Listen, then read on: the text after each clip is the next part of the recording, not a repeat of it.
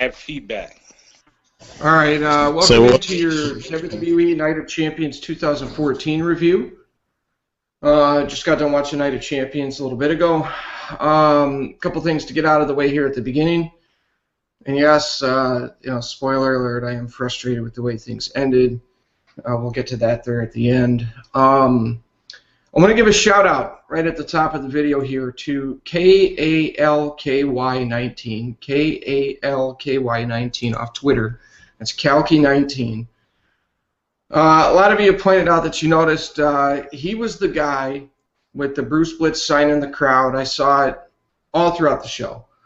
Like when Ambrose and Rollins were fighting, when Orton was up doing his little pose on the ropes, when Cena got in the ring, there he was in the aisle holding up the big Bruce Blitz sign. That was pretty cool. So shout out to Kalky19. Also, we'll talk more about that later, but BlitzSportsNetwork.com, you guys know the drill. Over 500 VIP videos on wrestling, well over 500. Videos and articles on wrestlers' careers, 30 years of WrestleMania, NXT reviews, SmackDown, ROH TV pay-per-view reviews, TNA news and rumors, WWE news and rumors. We will be doing a VIP video after this is over.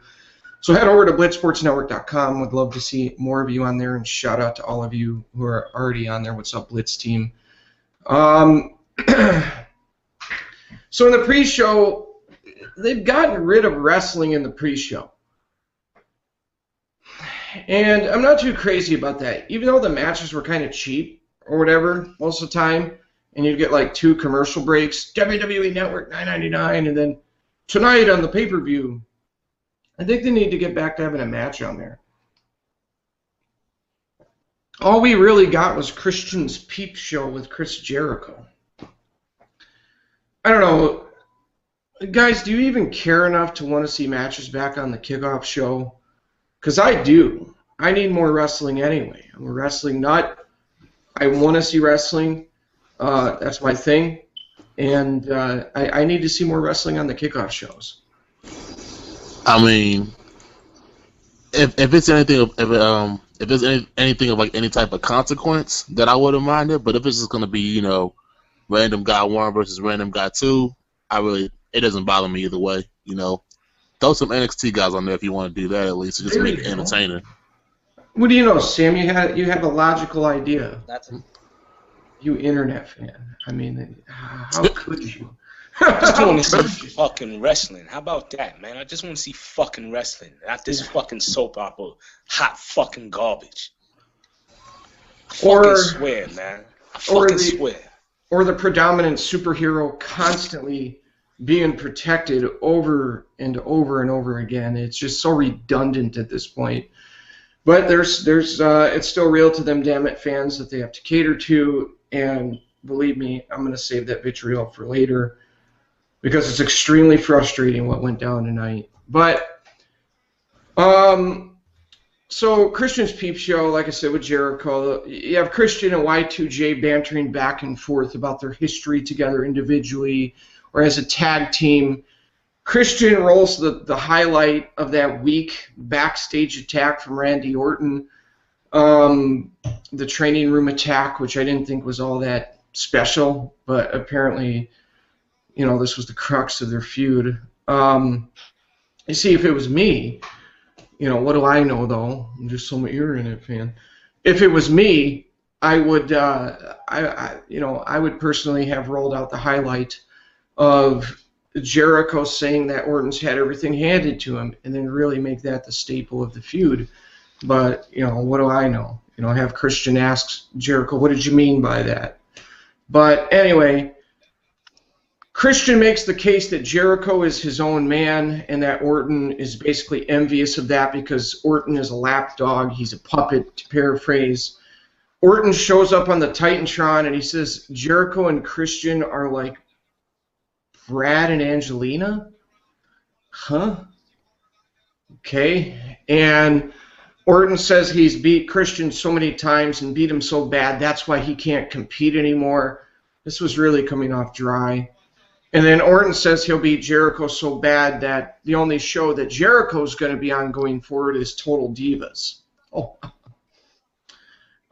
Jericho returns serve and says Orton's going to be on his own show, Total Jackass. And Jericho calls himself the Viper Vanquisher, the Cobra Crusher, the Snake Shredder, the Adder Matt Hatter, the Infineon Obsidian, the Copperheader Shredder. He is what is this, G.I. Joe now and shit? What's that? It's G.I. Joe now? Yeah, I guess. Fuck. Chris Jericho's a great talker. He's the man. Chris Jericho's the man. Good old Team Cobra Kai and shit. Well, hey. And then he says after he's done... Monty Python or something? Yeah. Shit. But he says after he's done, Orton will never, ever be the same again. Okay, I mean, really, that's really all you got in the pre-show other than some bullshit wannabe... So in other words, whoop-de-fucking-do. Yeah, whoop-de-fucking-do. Yeah, the I don't give a fuck pre-show, basically. Sam, to steal one of your old lines from the podcast, the I don't give a fuck game of the week. Yeah, as you used to call them with the NBA, but yeah, I mean, there wasn't much there. One thing I will say that I want to get out of the way here right at the top of the show is I legitimately get excited for these pay-per-views. Do you guys get excited for these pay-per-views? Because I'll explain why in a minute, but I get excited for these pay-per-views. Do you guys, yes or no, why or why not?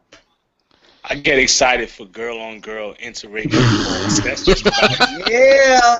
That's now it. you're talking, Grits. Now you're talking. There ain't shit about this fucking company getting me excited. Not even the pay-per-views. Yeah. You know what I'm saying? Because I did that, man. I brought the WrestleManias. I ordered all this shit, and I was disappointed time after time after time again. So no, I don't. That's my honest opinion. I do. Anytime there's a pay-per-view that means there's a chance Cena wins, I'm good with that. Oh man, this guy just MG. Let him burn and flame. Let him go down in flames, man. Oh wow. I'm with you on that, man. Just I need him to win this belt and hold on to it. Well, you know, Is this all a work? MG, is this all a work? You want CM Punk, or you want Cena to win. You hate CM Punk. You know, it's not a work. I mean, you go from saying you want to see Roman Reigns spear everybody to you hate him. I mean, he does have a nice spear. I'm not gonna take that away from him. But overall, it's boring. Whoa! You gotta word that differently, brother. Come on now. Leave it to the 5'4" dude to say that. 5'10". 5'10". But no, are you really trying to make this heel thing work or something? Is that no? I really want to like. I don't like TNA, but I don't want to see TNA go down in flames. I want to see TNA succeed. WWE, they can kiss my ass. Yeah, you gave up on TNA right when TNA started doing really good wrestling shows. Too bad. They didn't do enough to keep me around. Well, that's their fault. Hey, did you see their tweet as soon as Night of Champions was over? That was awesome. If you want to see real wrestling, tune in on Wednesday night on Yeah, and I'm waiting for Gabe Sapolsky or somebody from New Japan to tweet the exact same thing. You want to see some real wrestling? Fuck TNA and WWE. Bruce, you know what that tweet by TNA reminded me of? When Suge Knight got up there on the Source Awards and said, if you want to make music and don't got to worry about your producer being all in your videos and all that shit, come on over to Death Row. Where he was talking about Bad Boy. Daddy.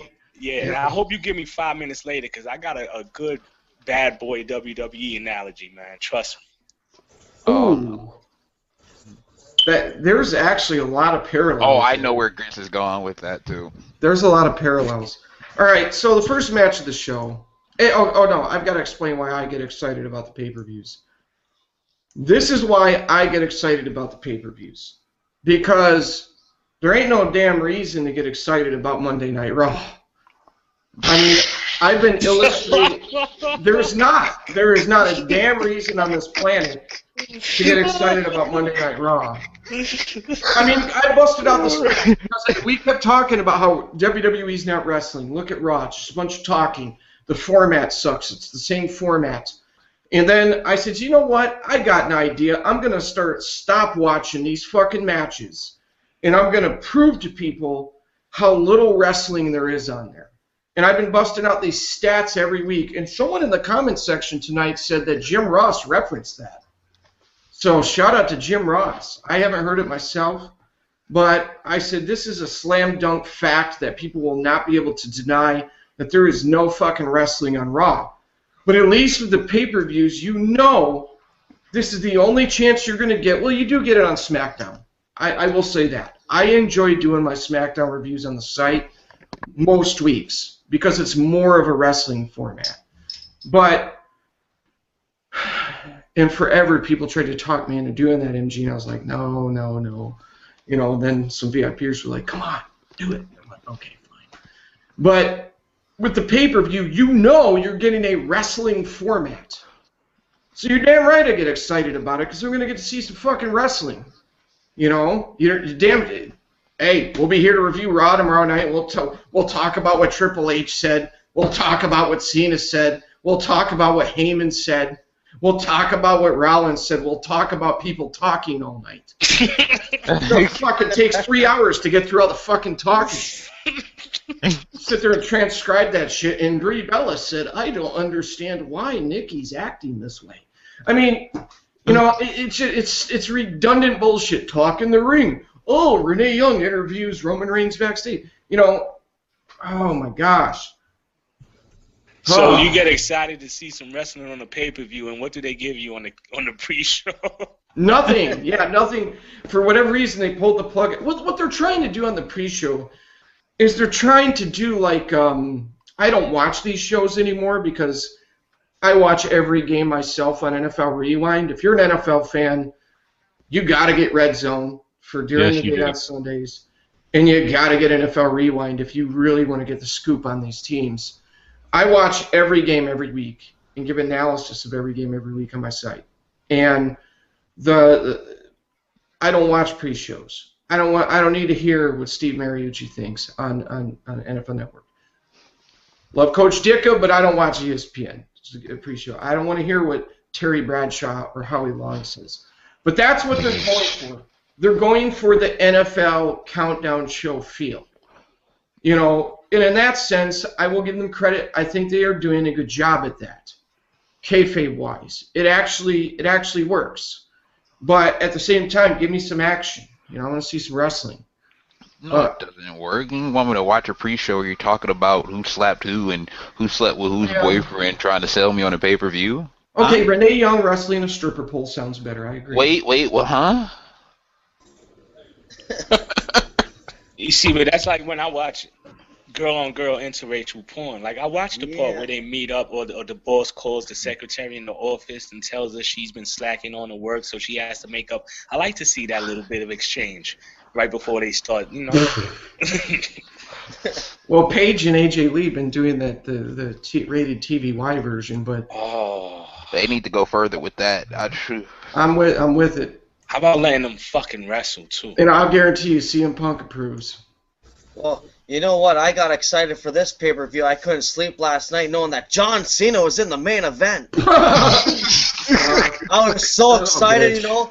I was up all night with anticipation. How many AAs are we going to see tonight? 4. Did you stop watching the pay-per-view though, Bruce? Man, can I say something? Can I say something quick? Sorry to interrupt. The only only AAs I know are people that have been sober for 8 weeks. Well, hey. Like the guy's got to change his name. He's terrible, garbage. Oh, he's garbage. No, did I stop watching the pay-per-view? No. You didn't stop. No, you didn't stop watching. You didn't clock it. Oh no. Oh, stop watching. No, but it was mostly wrestling. I don't need to clock it. It's all right. It's a pay-per-view, and there were some really good matches tonight. All right, so first match of the show was the Usos against Goldust and Stardust WWE Tag Team Championship match. And one of my biggest complaints with Dustin and Cody, you know, this Golden Stardust thing, is that, remember, I mean, even 6 months ago, well, a little more than 6 months ago, where they were consistently remember when they first put them together, folks?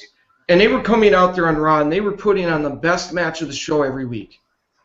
And it was just incredible, the wrestling. And then they kind of, you know, a lot of us thought they were going to build up a Cody versus Dustin feud for Mania, and they never did. And then they dialed back on them, and it seemed like they stopped caring.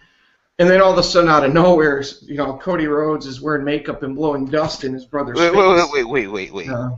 Out of all the things that you have, that is your biggest problem with this, is not them blowing dust in each other's face. No, it's the wrestling.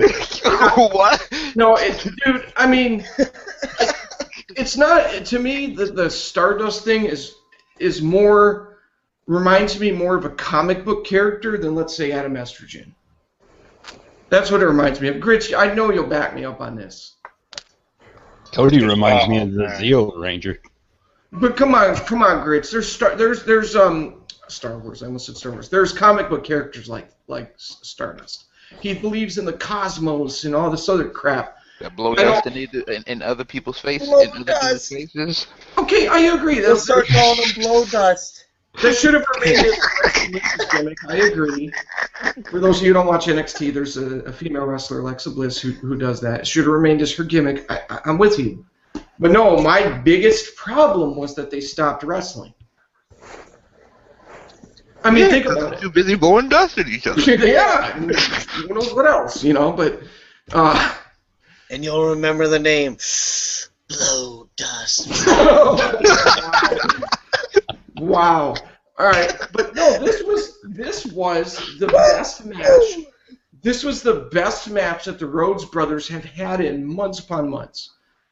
I mean, I thought this was a damn good way to start the show. Just a damn good start, period. The match was crisp. You saw athleticism. It was fluid. It was clean. I mean, for instance, Cody Rhodes countering the Samoan drop with a neck breaker.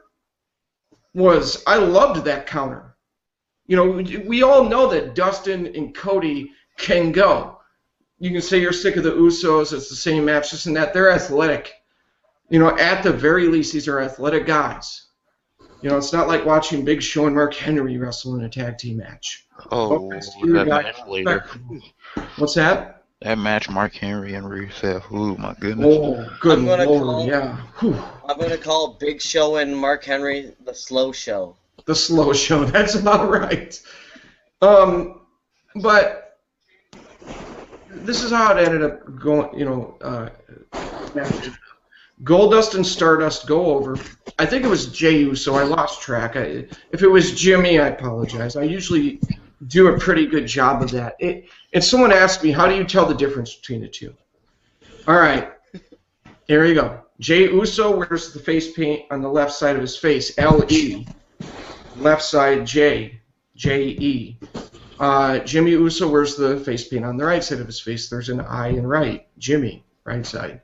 That's how I always tell the difference, but I, for whatever reason, didn't put in my notes which one it was, but we'll just say Jay for the fuck of it. But so he comes off the top rope with a splash. Stardust gets I fucking hate saying that name. Stardust gets his knees up. He gets his knees up. Uso takes the knees to the gut. I bet you he did get his knees up. Oh, yeah, he did. Yeah, but then Stardust rolled him up. You get the 1, 2, 3 off that. Could the ending have had more emphasis? Absolutely. I would have loved to have seen a more emphatic ending to the match. When Yeah, you're like, new I wouldn't WWE, want Stardust rolling me up like that and pull it on my tires. I'm telling you, it ain't that with him. It's more comic. To me, it's more comic book. Listen, I don't like it. Bruce, I'll back you up on that comic book shit. But any comic book heads watching this video right now, especially if you're old school, the one character Blowdust reminds me of is North Star from Alpha Flight. And Yes! have at Yes! it in the comments if you know what I'm talking about. Oh, it's over my head. I Oh don't. shit! I actually own Alpha Flight number 1. Oh. I know North Star. All right, before this turns into Comic Con, we'll just keep it moving. Oh no, that's all we have to mention on that comic. It was that bad. Oh, really? All right. Okay. But like I said, you know, I thought the finish should have been more emphatic with an actual finisher. The WWE clearly thinks highly of the Usos. The kids love the Usos, so they protected him to a certain degree, where it wasn't like just this clean, emphatic finish. But I'm glad to see the WWE move on to a new tag team champion, because it was getting really redundant with the Usos. It felt like they had been champions for the last 5 years. Yeah, I mean, it did. How many times did they wrestle Rowan and Harper? Shit. Holy fuck! They never let Rowan and Harper win. They couldn't even trade the belts, But I don't know. I was pretty happy with this match. Thumbs up. Good job. No complaints. Other than I just wish the finish was more emphatic. That's it. Because this is probably next on the table after this feud is over. The Ascension. The Ascension and I can't, the Dust Brothers. I can't say what I want to say, but that is gonna be a weird ass fucking feud, bro. Oh yeah. I want to talk about some weird shit with some motherfucking symbolism and motherfuckers blowing dust in faces and shit. Oh my god, that shit is gonna be funny as shit. But the match was good though. I'm not a fan of the dust blowers and shit, and the gimmick itself. Both guys can go in the ring, and then the Usos, they're the pacing of WWE matches hinders what they can do a lot. Because if they wrestle at a faster pace, they'd be a lot more bearable. But it was a good match though. Some of the reversals and counters towards the end of the match were really good too. Yeah, it's a good way to start off the show, especially. I've been saying that for a couple weeks now that I'm a fan of the in-ring work of the Rhodes Brothers, but not the fucking gimmick. And I'm happy to see that they took the belt off the Usos, and we got new tag champs. I just wonder are they going to do another rematch? Cash in the rematch clause tomorrow night, which is most likely going to happen, and then wait until Hell in a Cell bring up Ascension or what they're going to do. So I'm just happy that we got new tag champs. They're going to debut another Rose brother. He's going to be Rose Dust. It's going to be Adam Rose in face paint. Fucking strawberry painted on his face. No, MD. Coal dust. Oh shit! Just add Michael fucking Cole. Roseburg to that shit. They're gonna have Michael Cole join that. Oh my god! Oh, this was a good way to start off the show. Though. If they added fucking Michael Cole, he'll be pole dust. Oh shit! Lotion him up. This tag match was a good way to start the show, but I want to say right now, this is going to be my common theme throughout the night. The commentating was fucking shit tonight. JBL, you're the heel commentator, and you're calling the Rhodes Brothers weird. You're supposed to be selling them over as the heel team. Like, what the fuck is he doing? JBL, you are shit. You gotta stop doing what you're doing. He's keeping his man card. Stay with Michael. Yeah, but at least say like, hey, they're bizarre, but they're playing mind games or something. Or like, at least sell like some heel aspect. But this, like, JBL is garbage. This fucking pisses me off. Bruce, you called it. The Usos, you and Matt just brought up good points. So Usos can go, but the pacing of WWE matches works against them. We know where the Rhodes boy stands, man. All jokes aside, we sit up here and talk that slick shit about them, but it's in their heritage, man. It's in their gene pool. Those motherfuckers know what they're doing in there. That's why they could take some bullshit gimmick like this, you know what I'm saying, and make the best out of it. Because at the end of the day, they know how to wrestle. They know little shit that you got to do in and out of that ring, around that ring. But something that you touched on earlier, the Usos had it for way too fucking long. We saw this rise with the Dust Brothers when they started this new shit with Blow Dust. I can't Stardust. Bullshit. You know what I'm saying? But this is, and a lot of y'all, I see y'all on Twitter and all this shit. It was so predictable, Bruce. You know what I'm saying? This program between these two teams, you know what I'm saying? So much of this shit they do is so predictable. You know what I'm saying? Just like Mad Dizzle called it and you called it. Now the Ascension is going to come up. It's like you could see the shit coming from miles away with this company. And that is something that I can't get it. While people are still so fascinated, you know what the fuck is going to happen and you still buying into this shit, man. You know, so nothing against the four entertainers in the ring. You can't call them pro wrestlers in this company. Nothing against the four superstars in this match, but it's just predictable outcome, a predictable program. Nothing extravagant here, nothing surprising here, man. Oh, really quick thoughts and prayers go out to Paul Bear's family. His son just passed away today. Word just broke, so thoughts and prayers go out to them because they lose two people in the same year, and it's got to be rough. So thoughts and prayers out to the movie family. Yeah. Well, thanks for the heads up on that. That's too bad, MG. You hate to hear that. Sucks. You hate to hear that.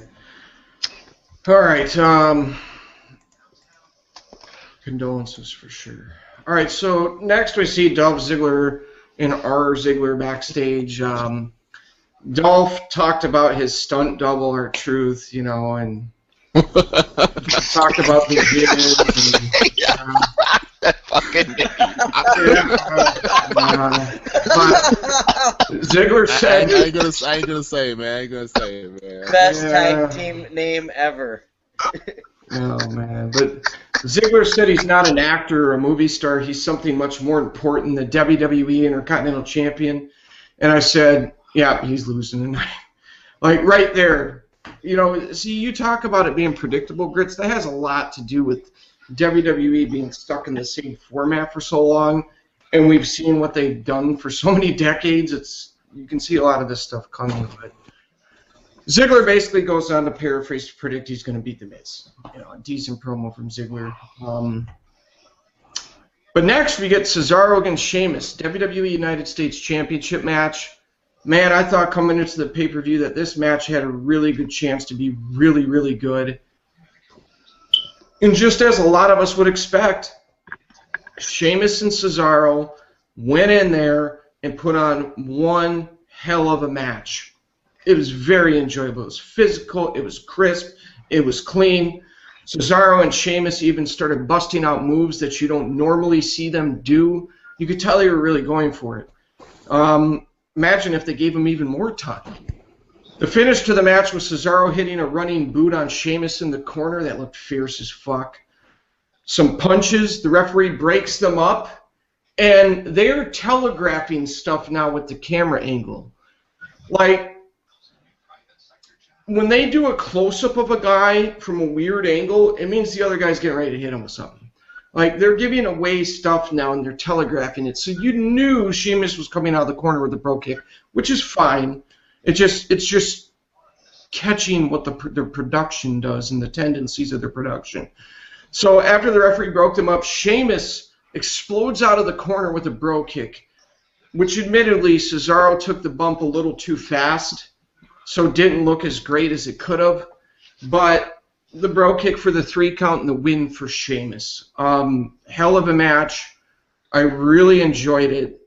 I would have liked to have seen Cesaro win, but honestly, if Cesaro winning this match doesn't give his character a true sense of direction, then it really doesn't matter.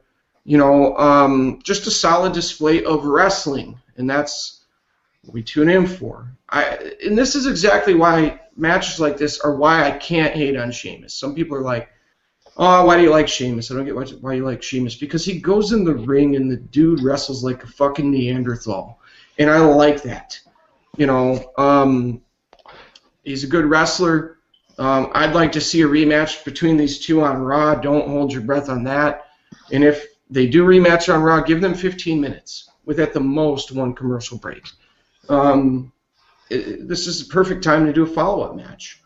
You know, they really went out there, and you could argue, from a pure wrestling standpoint, you could argue they had the best match on the show. In fact, I mean, Orton and Jericho might have something to say about that, but this was, at least in my opinion, top 2 match on the show. So it was really good. They went in there and did the damn thing. These guys are beasts. Hey, listen, if Sheamus was wrestling in the 70s or early 80s era, this motherfucker would have been a standout, man. Y'all do some research, man. Go look at his work back in his native land of Ireland. The shit I can't find it. If anybody can find it, just shout me out or hit me up on Twitter or something. But this motherfucker has paid his dues. He didn't just start doing this when he jumped into WWE, y'all. This motherfucker he's made his rounds, man. And to me, he's a throwback type of guy. Me, I hate on this shit when he was when he had his little, when he kicked fucking Daniel Bryan out of the fucking stratosphere and took the cup off him in 0.7 seconds or whatever at Mania. You know what I'm saying? That was really like, people turned on him or whatever have you, and he had that nasty face run nobody gave a fuck about. But like Bruce said, he's a fucking Neanderthal in there, caveman style. And to me, that's a throwback. You know what I'm saying? Big burly motherfuckers. It ain't enough of them. The man can go. He's handcuffed in this company. You know what I mean? Cesaro, I'll let Matt Jizzle get into detail when it comes to him, because y'all motherfuckers Cesaro's a beast, man. He's an ultra beast when it comes to wrestling. You know what I'm saying? So why not, Bruce? Why not? Why can't motherfuckers get more of this shit on a so-called wrestling show? You know what I mean? Why not, man? Yeah, and speaking of how Chris said Sheamus already paid his dues, I don't think people realize Sheamus is like 36 years old. Like, Sheamus has been at this for a long time. Like, he's not even, like, in his athletic prime anymore. He's been at this for a long time, and every time these two guys are about ready to have a match, I mean, I know Bruce does because we always talk about it, but we can't wait to see the match between them because we know they're going to work pretty stiff. We know they're going to hit each other hard, and it's going to be a really good match. Their styles mesh really well. This was a really good match, and the thing I loved about it was there was the suspense in the match without them kicking out of each other's finishers. You know, it was like they broke all their biggest moves outside of their finishers, which is really key because we talk about it all the time how people kick out of too many finishers. Like, when a finisher is hit, that needs to be it, and that's what they did in this match. This company spams finishers, man. Yeah, they do, and they pretty much kind of devalued the finisher. But I liked pretty much everything about this match except the finish. I think they could have finished it another way. Either with, that part where Sheamus was, getting pumped up in the corner when he was telling Cesaro to come over there. They could have went either one or two routes. You could have had Cesaro go over there and beat the fuck out of him and finish him off, which still would have made Sheamus look strong because he wasn't backing down. Or you could have had Sheamus, actually, I wouldn't have been opposed to Sheamus hitting a brogue kick and Cesaro kicking out of it, and then Sheamus hitting the he doesn't do it anymore, but the Celtic Cross. I thought this would have been the perfect match to break out the Celtic Cross as a finisher. Cesaro kicks out of that brogue kick, even though I just said don't like people kicking out of finishers. But I thought it would have fit here if he would have went with the Celtic Cross right afterwards to finish him off. But outside of that, the match was fucking awesome. That's a good call, MG. And I'm going to say this. Holy shit, WWE had two good matches to start off a show.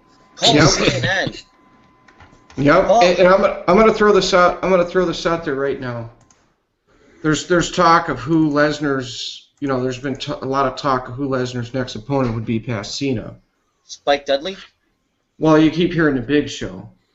Oh, hell no. I say fucking Sheamus, man. I would love to see a Sheamus and Lesnar, even if it was just like a 2 pay-per-view feud. I'd love to see those guys get in that ring and beat the fuck out of each other. The one thing about Sheamus that you can't take away from him, the dude will put his body on the line. I can't name how many times this dude has posted pictures of like battle scars from his matches. And I mean, the dude, he's beat up from his back to his arms to his face. Like, he'll go out there. He can take some punishment. Absolutely. And here's a question I'm going to throw out. Has Brock Lesnar ever fought Sheamus? So that would be a good feud if they haven't fought him.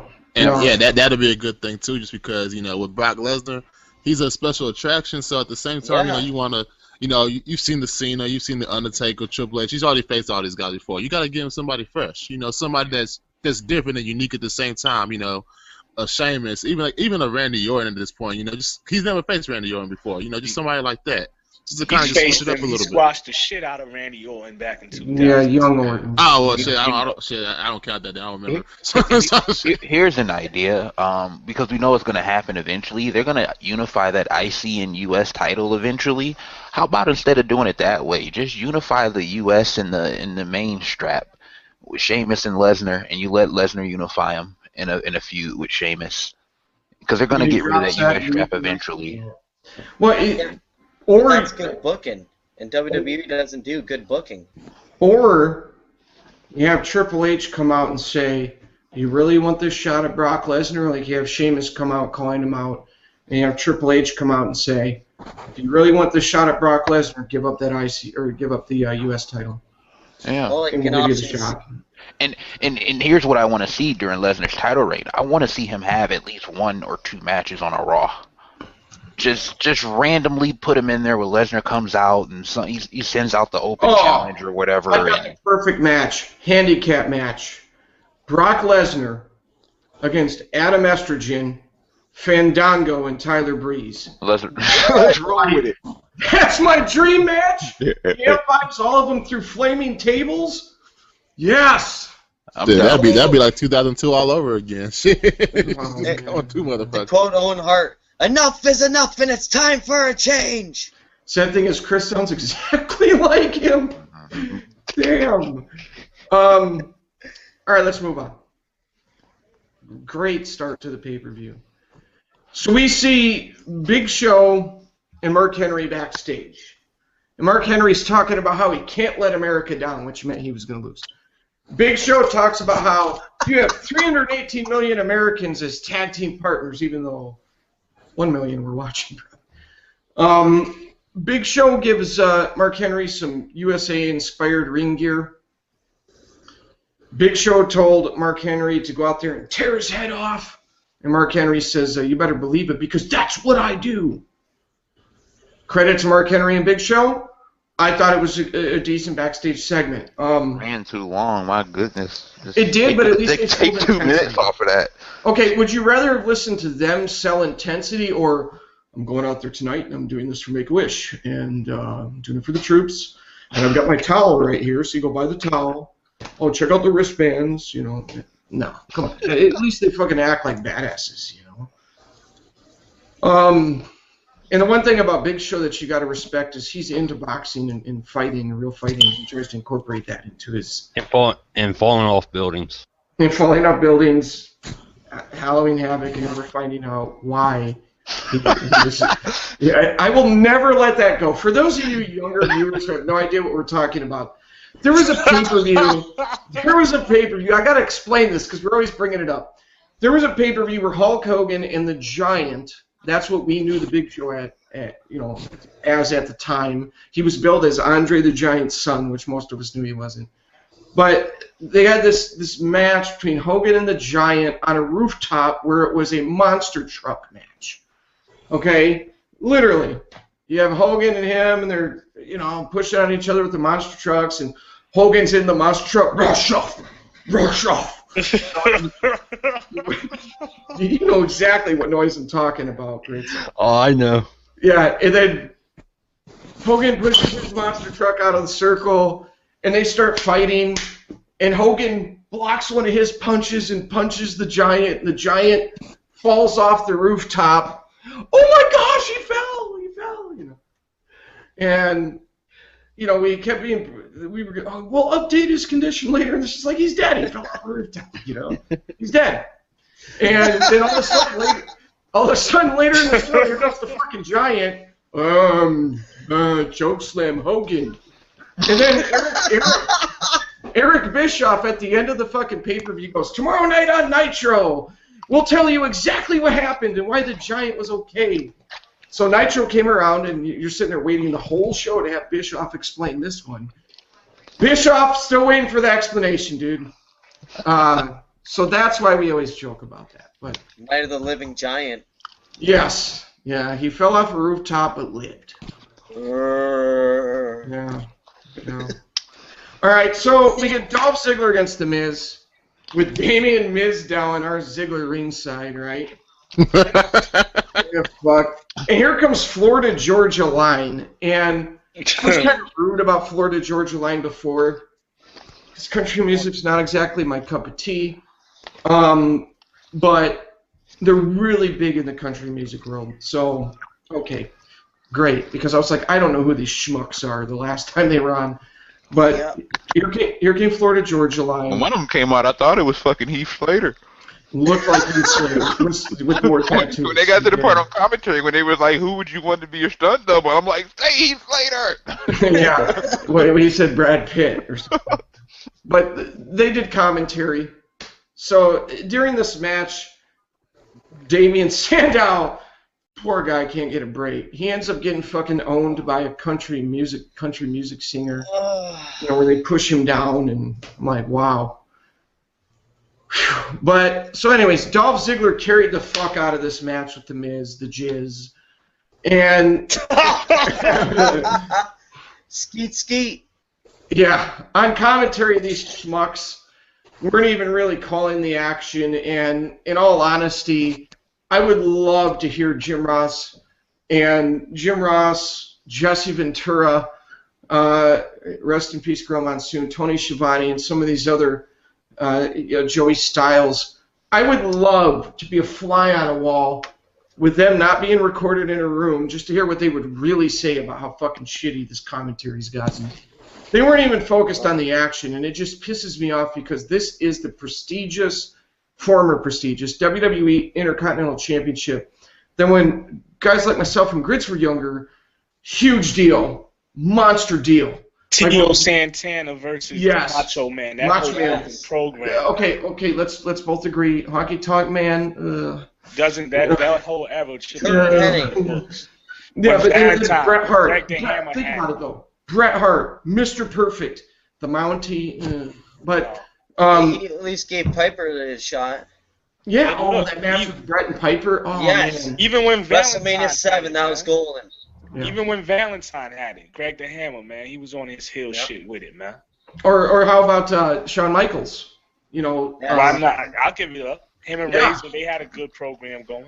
Oh, Shawn Michaels had great Intercontinental Championship matches. It had that like brief resurgence in the early 2000s when they had all the Ruthless Aggression era, when they had all the workers like the Jerichos and the Eddies and the Angles and the Benoit's wrestling over.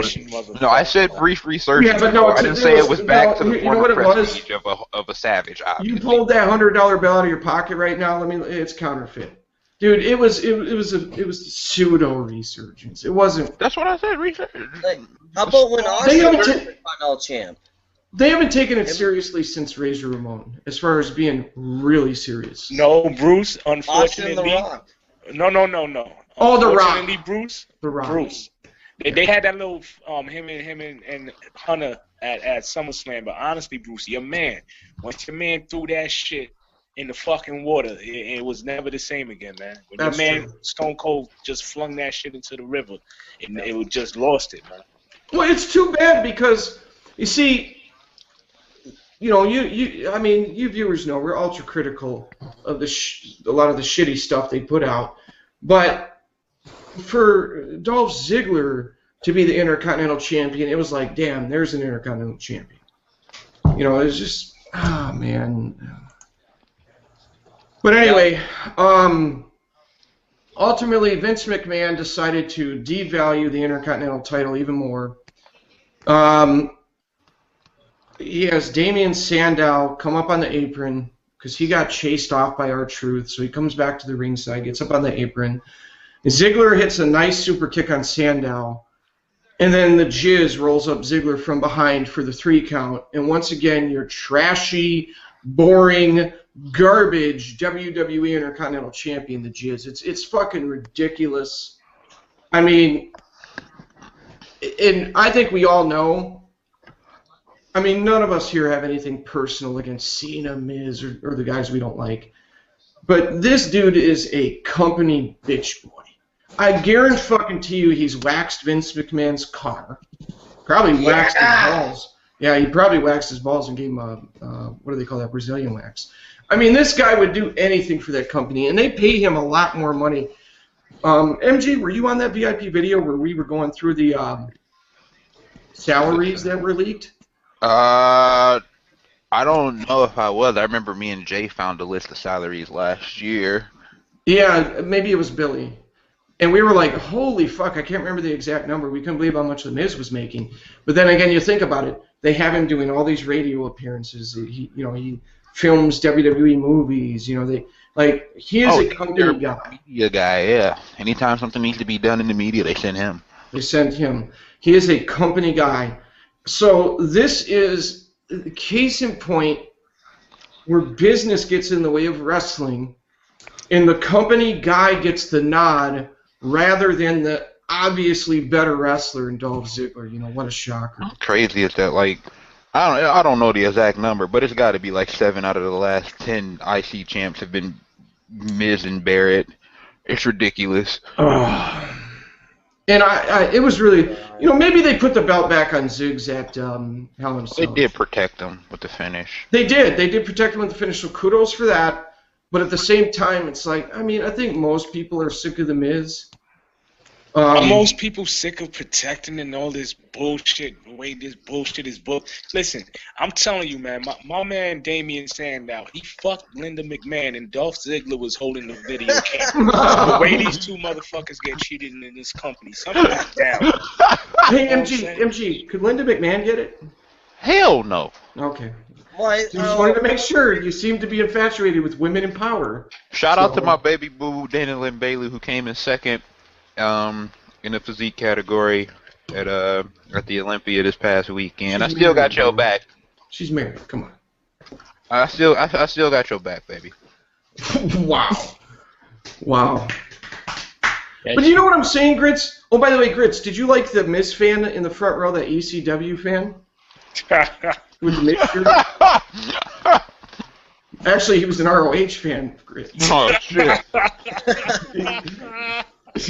Damn well he wasn't.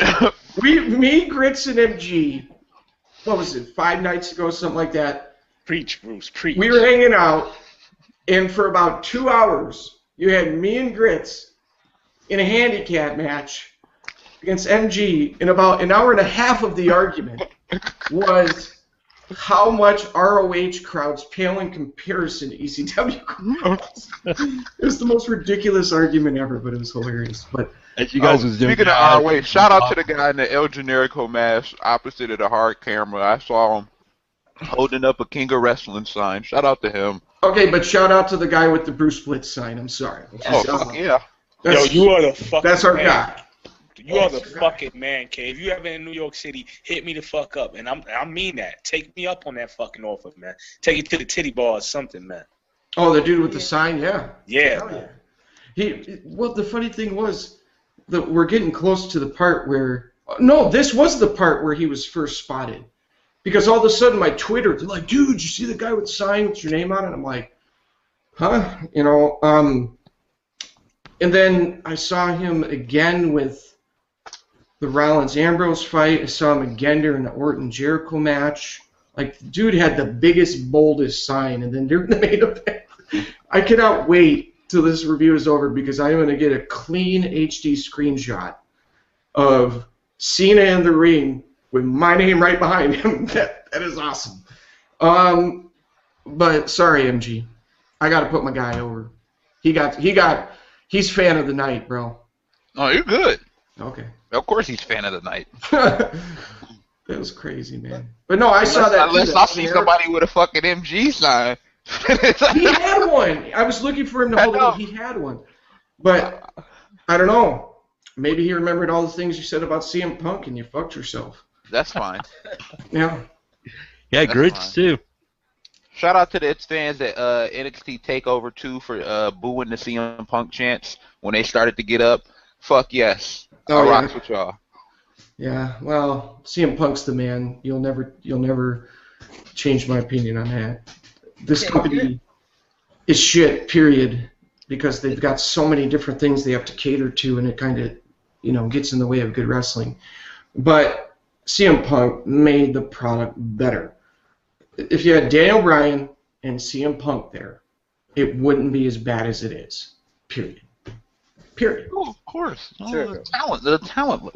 More talent you have, the better chance you have for having better shows. I know it's harder to fuck up, right? It's Yeah. harder to fuck up. But honestly, though, like tonight, the thing that fucking pissed me off, we had an Intercontinental title match, and all those fuckers can keep to when I was talking to Florida Georgia Line. Like, honestly, who gives a fuck? This is WWE. Like, right now, those letters are saying to me, right now are saying for, we won't entertain. Because they're not even talking about the match that was going on in the ring. It was fucking ridiculous. And by the way, for those of you who don't know, Chris is a commentator. Tell him where you commentate. Well, tonight I did a show with Crossfire in St. Catharines tonight. My main event had Dan Severn and Cody Deaner fight. Every match we had, besides our tag team match, was fucking crisp. Everything was good. The commentating was going over. We were talking about the matches. We weren't talking about, hey, this guy's got a CD coming out. You all better come out and buy it, because, you know, we're Florida Georgia Line here, and we got a humdinger of a song. Like, fuck off, man. This is wrestling. This is wrestling. This is not a plug for country music. They plugged the network enough. They ruined a good match. Like, Dolph Ziggler selling his ass off, and here we got guys like, yeah, we're going to... And then you got Sandow getting pushed down by 2 country singers. Yeah, Cena really put this guy over. Like, what the fuck? Yeah, he got pushed down by Heath Slater and Chris Jericho lookalike. and you know what? Another thing that pisses me off about this pay-per-view tonight? You know one thing that really pisses me off? Where the fuck was Bray Wyatt tonight? How come he did not have a match? Good point. That's a very good point. What the fuck? That's a very good point. Like, John Cena really put him over. I'm going to refer to him as Bray Quiet, because now they're the Quiet family, because they hit the glass ceiling of John Cena, and now you don't hear nothing of them. Dog, it's the same shit. I feel like every time I come on this shit, I feel like I say the same thing over and over and over again. Dog, they go hot and cold on these motherfuckers every time. It's like, Cesaro, they fucking built his ass up. He was on top of the world. Now look at it. I mean, he had a good match tonight, but fuck, he's nowhere near where he was at WrestleMania. Well, look at Bray Wyatt. Bray Wyatt, exactly. He was fucking on top of the world, he was having main event matches. Now look at him. He went into the fucking, you said the Cena train, and now he fucking just came and walk. Just fucking limp into the ring every week.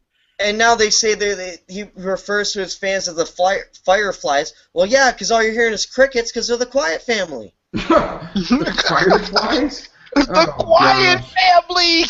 Quiet family. That's what happened to John Cena. It turned into the Quiet family. Big quiet in the quiet. Oh, shit.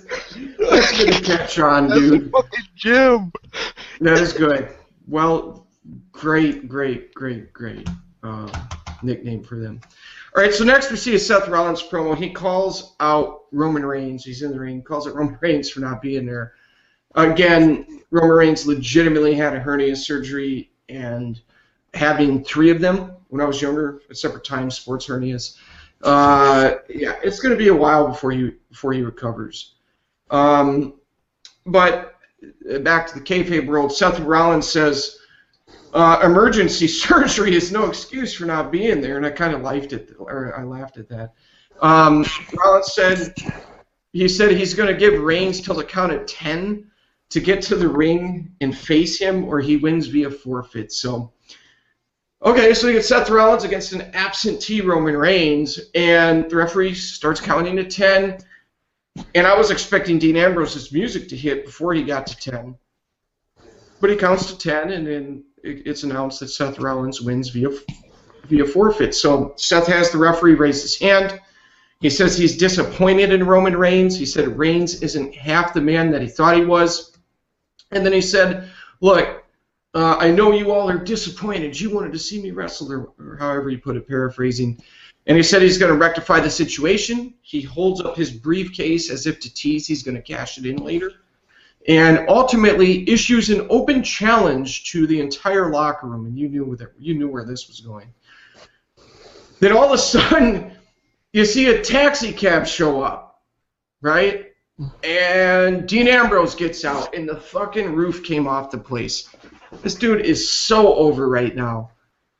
So Ambrose runs out there in his jeans, and just starts beating the shit out of Seth Rollins. He sends him into the crowd.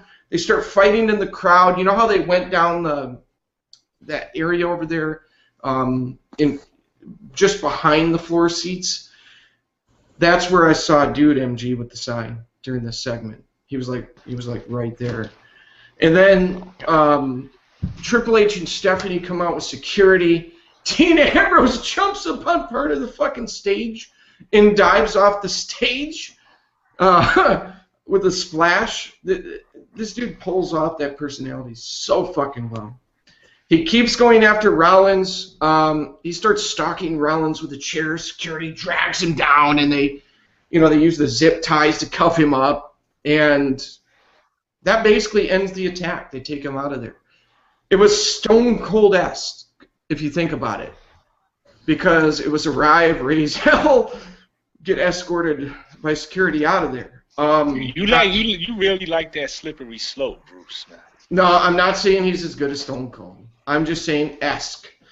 It's the closest thing to in today's WWE is this guy.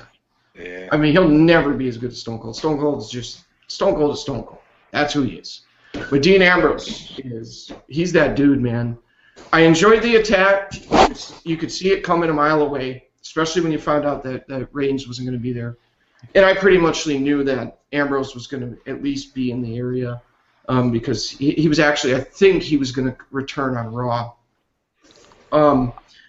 But he pulls off that fucking crazy-ass character so fucking well that even if you can see what's coming, it doesn't matter because he is entertaining. So we're right back to where we were with Ambrose and Rollins. And I thought Ambrose and Rollins Ambrose. What's that? I told you. No, you were got 100% that crazy right. shit on. You were 100% right. And the crazy part is, it's a lot better when he's a heel, when he can get into the darkness of it. Well, I don't want him as a heel though. I want baby faces with edge like this. Baby faces who don't give a fuck. And they're gonna come out. Well, the problem with that obviously is they wouldn't have a babyface heel with the edge for him to kind of go into that craziness gimmick with. Exactly. You know? That's why he's so better suited to be a babyface because he brings edge to the babyface portion of the roster. The thing out of all the rest of the babyfaces in WWE, who does that? Nobody. Oh, nobody. Maybe a Mark Henry. Although a face Bray Wyatt versus a heel Ambrose would be fucking. That would be sick. That would be sick. That would be shit, bro. that would be sick. In fact, I think that's where they should go with Ambrose next. That's too much Edgar Allan Poe shit for me, man. Edgar Allan Poe? What? Yeah, all that morbid, grim shit, man. I think sometimes you know that shit could get overdone. It can. The thing that I wish that happened with this segment, I wish Ambrose wouldn't have showed up in a taxi cab. I wish he would just came out of the crowd, like when Marty Jannetty showed up when Shawn Michaels was in the ring. He just came out of the crowd. Then when Shawn Michaels turned, he's like, "Holy fuck, it's Marty Jannetty!" I wish it would have been something like that instead of him showing up in the cab. Okay, that's the second Shawn Michaels reference. I can't not say Shawn Michaels. No, Come on, man. But that was more of a Marty Jannetty reference. I was more putting over Marty Jannetty. But Chris, you gotta stop referencing shit from back then. This motherfucker Mad Jizz is only 19. That's way before his time, man. But the network's $9.99. That was good. That was good. Sean didn't put nobody over clean. Sean didn't even put Jannetty over clean when he was the fucking heel. You had Mr. Perfect throw a towel in Sean's face. And Sean was the fucking heel. I just mean when Marty Jannetty showed back up. Yeah. I just meant when Jannetty showed back up and Shawn Michaels was like, "Holy fuck!" And then Jannetty, he attacked him. Then Sherry went through the glass, like the mirror. Like that's what I meant. Like just something like where he comes through the crowd. Not like I'm trying to bring up the Rockers or anything like that. Well, what they should have had him do next, what they got to have him do next is show up in a motorcycle. Come through the back, drive down to the ring.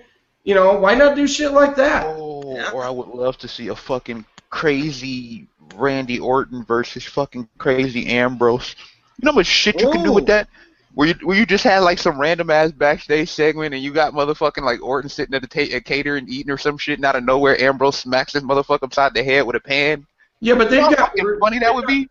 they've got Orton in such a character rut. Can he really channel that crazy side again? Well, he did. He wants to. He wants to badly. Yeah. You can hear it when he talks about it out of character. He wants to badly, but they just won't let him. Right. Hey, Randy Orton made a statement on that season premiere when he attacked Jericho there. Oh Made yeah. a statement. Not only did he throw him into a shelf, he threw him into a storage box. You know. Wow. Those storage boxes are tough. Yeah, they are. They are. Next time, well, I'm just looking forward to see what Ambrose does on Raw, because thankfully he's back, because with Punk obviously being long gone, with Daniel Bryan being out of commission, with them not knowing what the fuck to do with Bray Wyatt anymore, here's a guy that a lot of us are excited about, and he's back. So. And that's a good point, Bruce. He said he's one thing to make you excited for Raw. That's a very good point. You damn sure ain't gonna get excited about no fucking wrestling, because that will not happen. Wait, there's wrestling? Yeah, on Raw, no. So next we get Mark Henry with Rusev, with Lana ringside. We get a Lillian Garcia national anthem. Oh my god, fucking Mark Henry. Mark Henry is such a troll. Dude's trying to act like he's crying. He's like, okay, so I'm going to take some water, and I'm going to dump a bunch of water on myself, because that's what I do. And then I'm going to go to the ring, and I'm going to squeeze my eyes really hard, and it's going to look like the water that was already on my face is tears. Dude fucking pulled that off. Remember that segment where I'm gonna retire, go home, be with my daughter. Oh my god. And then he just fucking attacked Cena. We were like, yeah, that was great. You didn't expect that, you know. And then he taps out, and we're like, oh. Yeah, right. Oh, fuck. Same old shit. He went to the Big Show School of Crying. No, Mark Henry's better. I mean, Mark Henry's a good actor. He's, compared to what he was, let's go way back Nation of Domination days, to what he became, the dude he's had a great career, you know. But I got to give the WWE credit in the sense where they actually did get behind Mark Henry with the build for this match, and they made it seem like a pretty big deal for his character. Like with the whole Jack Swagger thing, to me, it was more about Zeb Coulter in Lana than Jack Swagger. Jack Swagger just stood there, we are the people, you know. But with with Mark Henry, they actually added a sense of realism to it, I would say. So yeah, Zeb Coulter in an air conditioning box chin, you know. Wow, if you would turn it chin is shaped like one of them fucking air conditioners that you stick in your window, man, for the people who don't have central air and shit. MG, if you would turn that down, man, there is something wrong with you. Show your sleeves, chin up, MG. Show your sleeves, chin up. Chin up. Head held high. Head held high. All right, back to this match. The actual wrestling in this match was, bad. Sucked. The wrestling in this match fucking sucked. It fell flat. Punch, kick, botch, call out spots too loud, punch, clothesline, etc. It didn't work for me. Ultimately, Mark Henry tapped out to the Accolade Camel Clutch. So I think we're getting closer and closer to the time where Vince McMahon finally goes, yeah, feed him to John. It's coming. Rusev will be fed to Cena eventually, and I can't wait to hear the failed attempts. Oh, I can hear it now. Fucking WrestleMania, Rusev and Lana, with Lana in his corner versus Cena with Hogan in his corner. Fuck. Oh, fuck. You know what? Yeah. We're gonna bust out the Ultimate Male. Oh yeah. You know what though? If they do that, and that means he ain't in the main fucking event, and he's not champion, let's do it. Won't be in the main event. You got Hogan and Cena in a fucking angle together. That match will be like the second to last match. I don't give a fuck. Put him in that match. I'm down with that. Then you got that to fucking Roman Reigns. Oh shit. Get this motherfucker away from Brock. Keep him away from Ambrose. Keep him away from Reigns. Keep him away from fucking Rollins. Too late for that. It's too late for that. Yeah. I mean, keep him away from fucking. I mean, look at the track record with Bray Wyatt, who's relevant now, or at least feels more relevant. Damian Sandow's relevant. Dolph Ziggler's relevant. I mean, you could go down the fucking list of guys who became irrelevant after they were fed to Cena. Please keep John Cena away from Dean fucking Ambrose. Hey, was it just me, or did Rusev and Mark Henry have matching tights almost as if they're a dysfunctional tag team? Oh my god! They both have the black, white, red, and white, like, you know what I mean? Yeah, you're right. Look You're at actually this. right. Yeah. But, I mean, Mark Henry did a great job with the build for this match, but the wrestling just fucking... You know, the wrestling just didn't deliver. What can you do? I mean... That's the only thing I could take from the match was that they were color coordinated. The match was complete garbage. That's more than you can say for a lot of the tag teams that the World Wrestling Entertainment Company slaps together. Oh, Hey, yeah. at least our new tag champs, they color coordinate. Oh, yeah, they do a lot more than that. Matching fucking fanny packs of gold fucking dust. Well, remember, Matching songs, the whole 9 yards. The whole 9 yards, yeah. Oh, gosh. All right, guys, I'm going to turn it over to you for a minute.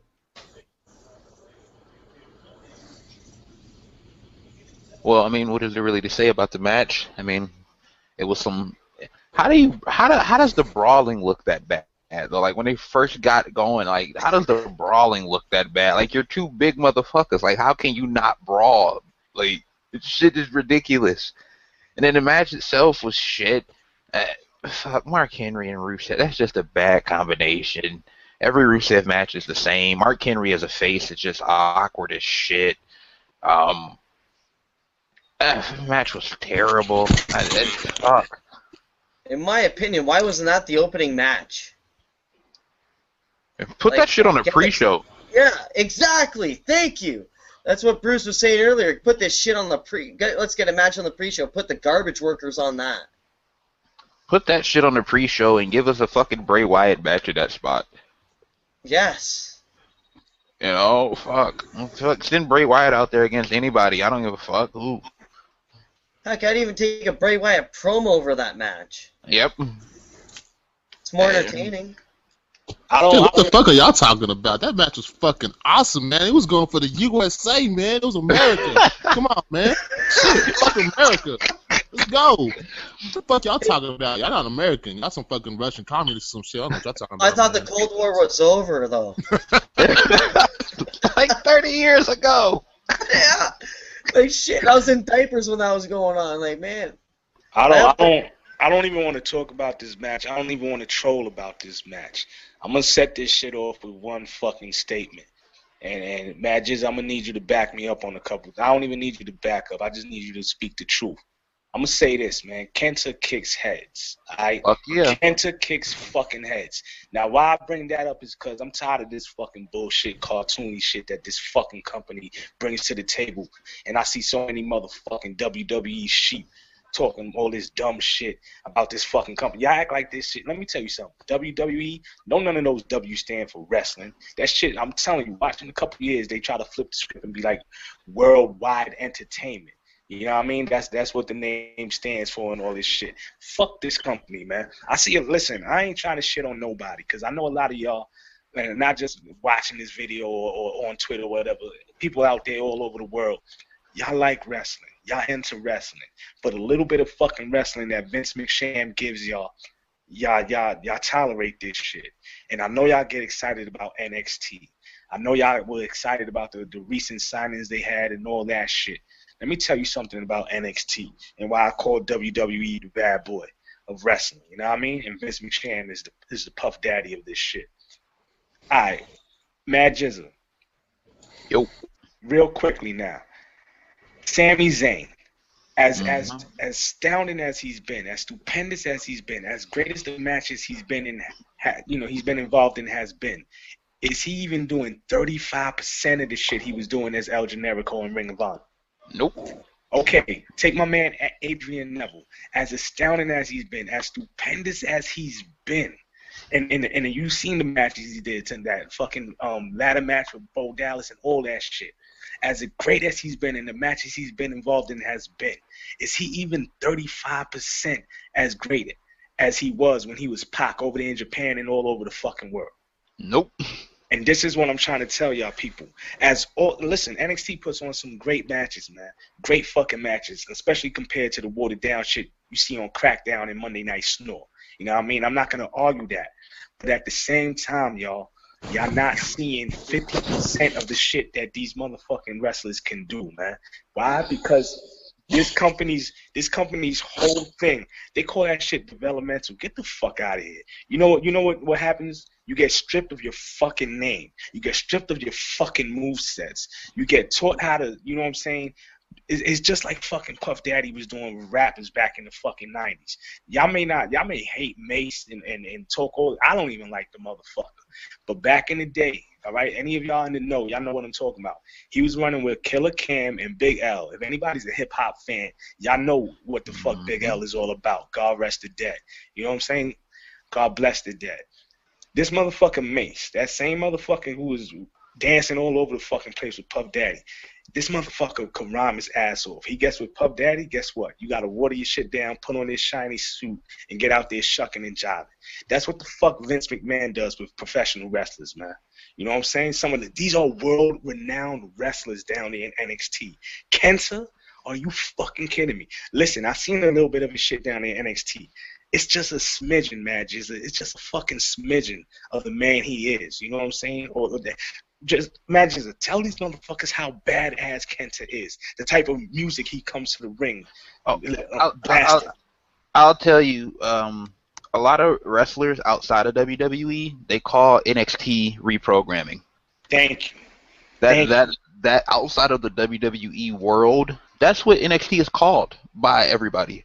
Reprogramming. When they send people to quote unquote developmental or NXT, it's considered being sent to reprogramming. Especially anytime, like, you hear Low Key in the interview talk about what happened with him and his WWE stint or whatever, and he'll talk about how they sent him down to reprogramming. He doesn't even say developmental. He just says reprogramming, because that's what they do. They make these guys change their in-ring styles, change who they are in terms of characters, change the way these guys carry themselves, which brings me back around the grits and the Kenta thing. When you're talking about the type of music Kenta came out to, Kenta came out to fucking Twista. And T.I. and T.I. Come on, his entire career, he came out to American rap music. Y'all may see a little 5'6" Japanese guy. This motherfucker is a thug, man. I'm trying to tell y'all, man. Yes, he is. He gives no fucks. Listen, the way he carries himself in the ring, the way he kicks people's heads when they laying down and shit like that.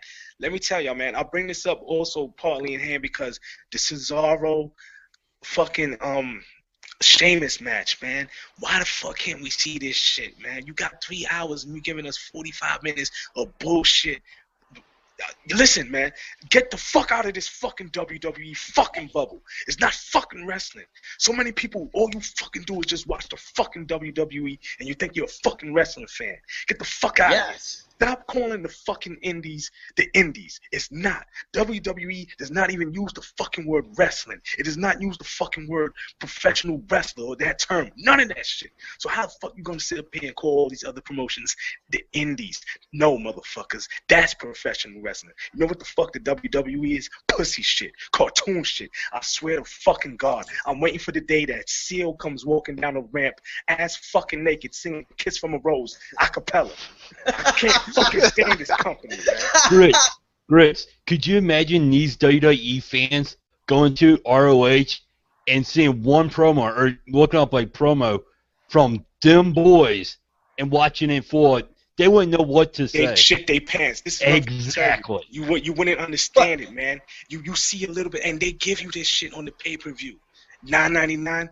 Take your fucking $9.99 and suplex it into a piling heap of donkey shit, motherfuckers. If you think the WWE is all it's about, go blow dick on the Riviera. I can't fucking stand you, man. Look what they give you. They give you these motherfuckers. Cesaro should have been Sam. You the one who got me pen up with this shit, man.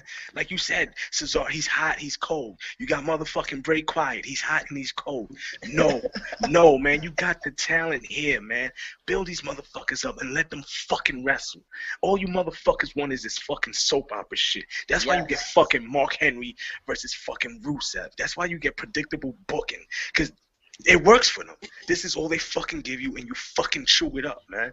You know what? My man K, I'm just going to call you K because I don't want to say your name the wrong way and fuck it up. My man K, who was out there with the Bruce Blitz sign, you do not understand how important that was, man. I've been told this motherfucker Bruce, he's a marked man.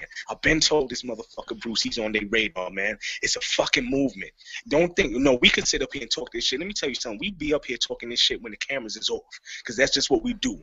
It's y'all motherfuckers out there, man, making the movements, keeping the revolution alive, doing shit like this, man. You may not see it this year, next year, but sooner or later, you won't fucking see shit change. Keep fucking fighting that fight so that motherfuckers don't gotta sit through this pussy shit no more, man. I'm sorry, I don't even know why the fuck I went off on that, man. It needed to be said, man. You fucking spoke the truth there. Like I couldn't say it better myself. Oh, you already know. As soon as you guys talked about them boys, fuck. Bro, you talk about, I mean, as much as I like Ambrose, and you said Ambrose is Austin S., the Briscoes show up on this shit and start fucking shit up. Now he's talking. But they're not cosmetic appealing there. No, that was some bullshit. That's fucking ridiculous. But like, I mean, like you're saying, man, Kenta's been wrestling since 2000. He's made millions of dollars wrestling all around the world. Well, him changing his name was a Vince McMahon call. I know, but like, what Triple H the didn't want to change it. That was Vince McMahon who made him change it. Well, finally, Triple H well, was I'll tell you one actually thing. on the right side of something. The CM Punk situation didn't help any of these guys' cases when it comes to keeping their name, because you see CM Punk send papers to the WWE about still selling his merchandise, and they pulled all of that shit down off the website. So, CM Punk did not help the case, and then obviously with Scott Hall and Kevin Nash, the whole incident that happened back in the '90s where they ended up leaving, and CM Punk did not help the case with him leaving the way he did, and then him sending papers to the legal papers to the WWE to pull his merchandise off the site because he owns his own name. You know? Yeah, they want to own your shit. So if they don't own you, you're worthless to them. So as simple as that. So they'll change everything about you. You know, fucking you said Kenta coming out to fucking T.I. and all this other shit. They'll give him a fucking, you know, ding dong no Japanese theme type shit where it's just like fucking. I mean, that's what it is. You're a black guy, you get a hip hop thing. You're an Irish guy, you gotta have an Irish thing going on. You're a fucking white dude, you gotta have generic white rock type thing. You know, it's just the way that it is. That they want to market you to the stereotype, to the way that it is, to their style. Because, I mean, 85% of people can't keep up with the shit that they really do. If you let them go out there and just do what they really do, I mean. Now imagine if test your might. They had him come out to fucking Mortal Kombat. Exactly. Mortal Kombat! No, I'd be down with that. Well, you know what bugs me about the WWE fans? If it's not WWE, they don't give a shit. Yeah, Meanwhile, they won't expand their minds. That's what's bugging me. Yeah, but look at anything else. You can't paint with a broad brush because it's not all. No, it's not all. But it's not that. Culture. It's not that they don't watch other stuff, but it's that they don't respect other stuff, and they're instantly putting down something that they never watched. Some of the WWE fans. Some. It's just like, how can you say something's not good if you don't watch it? Exactly. You know? Yeah, but you gotta be careful painting with a broad brush, though, because it's definitely not all. It's not all. I mean, there's a lot of people who watch other stuff, and people who know there's other stuff out there, but and then there's people who are in it for the wrestling. And tonight you got that in this next match. And you in the WWE for the wrestling, you out your mind. Oh, well, on the pay-per-views you get some wrestling. You still out your fucking mind if you think if you into this shit for the wrestling. Who's been in the most 5-star matches this year? This year? Oh, probably Bray Wyatt. Wasn't even on the show. Yeah. Like I've had to see him multiple times. Bray Wyatt and Daniel Bryan and Seth Rollins have been their best workers. The Shield. Yeah. Well, yeah, the Shield too. You throw the Shield in there, but they're broken up now. So they're broken up. Yeah. No. But next we got a throwback match. You got a throwback match next. Chris Jericho and Randy Orton. Oh man. This one was really good, as you would expect. I mean, it had a really nice, deliberate flow to it. Like most Orton matches, very deliberate, I think is the best word to use to describe his matches. And really, what more would you expect out of two veterans who have been in so many high-profile matches as Orton and Jericho? Y2J. This was a send-off match for Jericho. He may be on Raw, but he's on his way out. But this match itself was great. And the finish of the match was, we've seen multiple Orton matches finish like this, but it was Jericho coming off the top rope. Again, they telegraphed it by going to the close-up of Jericho to make it feel like Orton hits the RKO out of nowhere. But Jericho fed into that move like a champ. That finish never gets old. I still think the best I've seen someone feed into the mid-air RKO off the top rope was CM Punk. Remember, MG? We went nuts. As debatable with the Evan Bourne shooting star. Okay. Oh, no. Okay, fine. Evan Bourne. Of recent ilk. Oh, that match with Punk at Mania? Yeah. Oh, my gosh. Remember, we were like, damn! Punk took that. Oh, my gosh. See, I got to get MG every chance I can with this CM Punk stuff. No. I don't despise CM Punk. I hate a lot of his fans, the over-the-top ones, and I hate the people who overrate him. But Orton, how many matches, 5-star matches, can you remember Orton having? He's been in a lot of 4-star matches at least. Yeah, and the point of this is Orton might be one of the better workers in WWE history. Yeah, and who has never gotten a chance to have a 5-star match because of the people he's in there with. It's not Orton's fault, but with the way the product is and the way they let these guys wrestle and with the competition he's in there wrestling a lot of times. Yeah. It's a shame. He's carried a lot of guys. It's a shame he doesn't have more 5-star matches under his belt. And again, is phenomenal. If you're one who says, fuck Orton, he was shoved down our throats and all that, okay, fine, we're right there with you with a lot of that. But at the same time, this dude goes in there and he is a worker. He is an athlete, and his matches come off crisp 90% of the time. 90% of the time. I mean, just look at the leap of quality that Batista's wrestling took at WrestleMania, working next to Orton. You know, that match with Daniel Bryan was magic. By the way, am I the only one on the panel that's a little disappointed that Batista's done? I know a lot of wrestling, or a lot of WWE/and wrestling. Is he done? Yeah, I think he's done. Yeah, he's done, man. He ain't gonna risk fucking making all that money. Well, no, here's the thing. Batista said anyways, like, his last match would be at Mania anyways. There's still a chance. And he wants it to be the Triple H. Yeah, so there's still a chance he comes back just for that one match. I went through some stuff on the site in one of the news and rumors videos. Yeah. And there was a lot of different factors that go into this. Because I don't think he wants his last, like, send-off to be that. No, who he's working for doesn't want him associated with wrestling at all. It's the Hollywood. Oh, yeah, that's true. So, but anyway. Well, who can blame him with how bad WWE has been? That brings down Well, it's the stigma. That's why The Rock had to separate himself for so long. There's a stigma. And The Rock was able to wash that stigma off. And that's why there were people who were shitting on The Rock. Remember, he cut that promo, I think it was on SmackDown, where he was talking and you had CM Punk being really snarky up in the balcony. And he talked about how he had worked his ass off for 7 years to get to this point. And I think it was going into him winning the belt.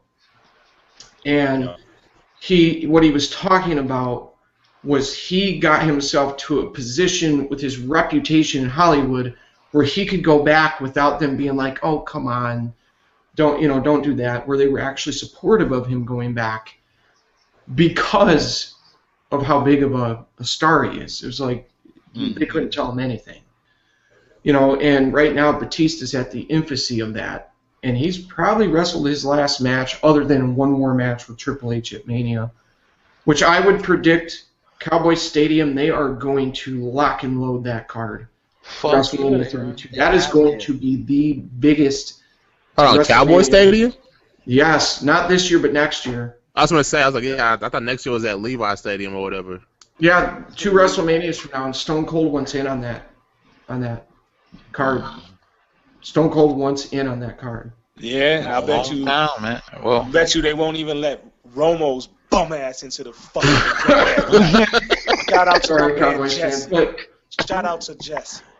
well, here's the thing: is you could potentially see one last Rock Austin because they're going to have to load that card. They have to. I mean, They it's don't have the selling point like that a Hogan Andre would bring to like the Pontiac Silverdome.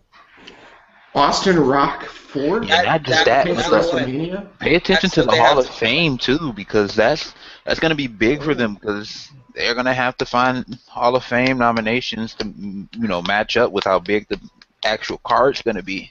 Austin Rock 4? I don't want to see that. People. I don't want You to think see they that. hold? I want to see it. Fuck I don't it. wanna see One more it. time. I mean, you don't want to see Michael Austin Jordan Rock, own your okay. Knicks? You don't want to see Michael Jordan own your Knicks one last time? Come on.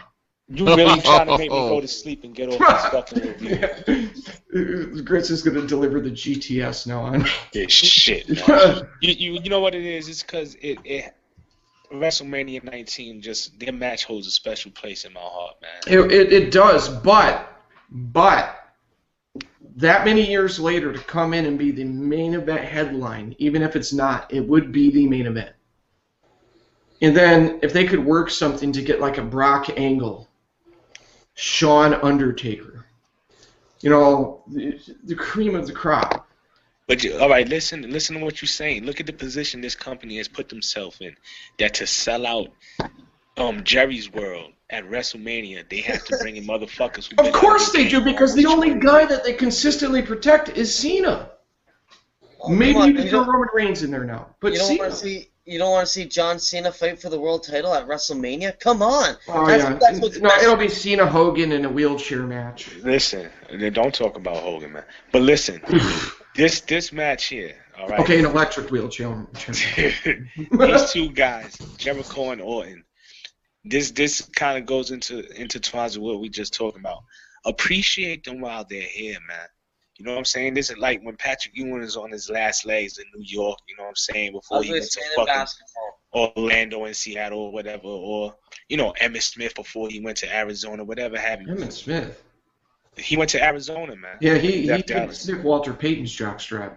Anyway. Yeah. But, it's just,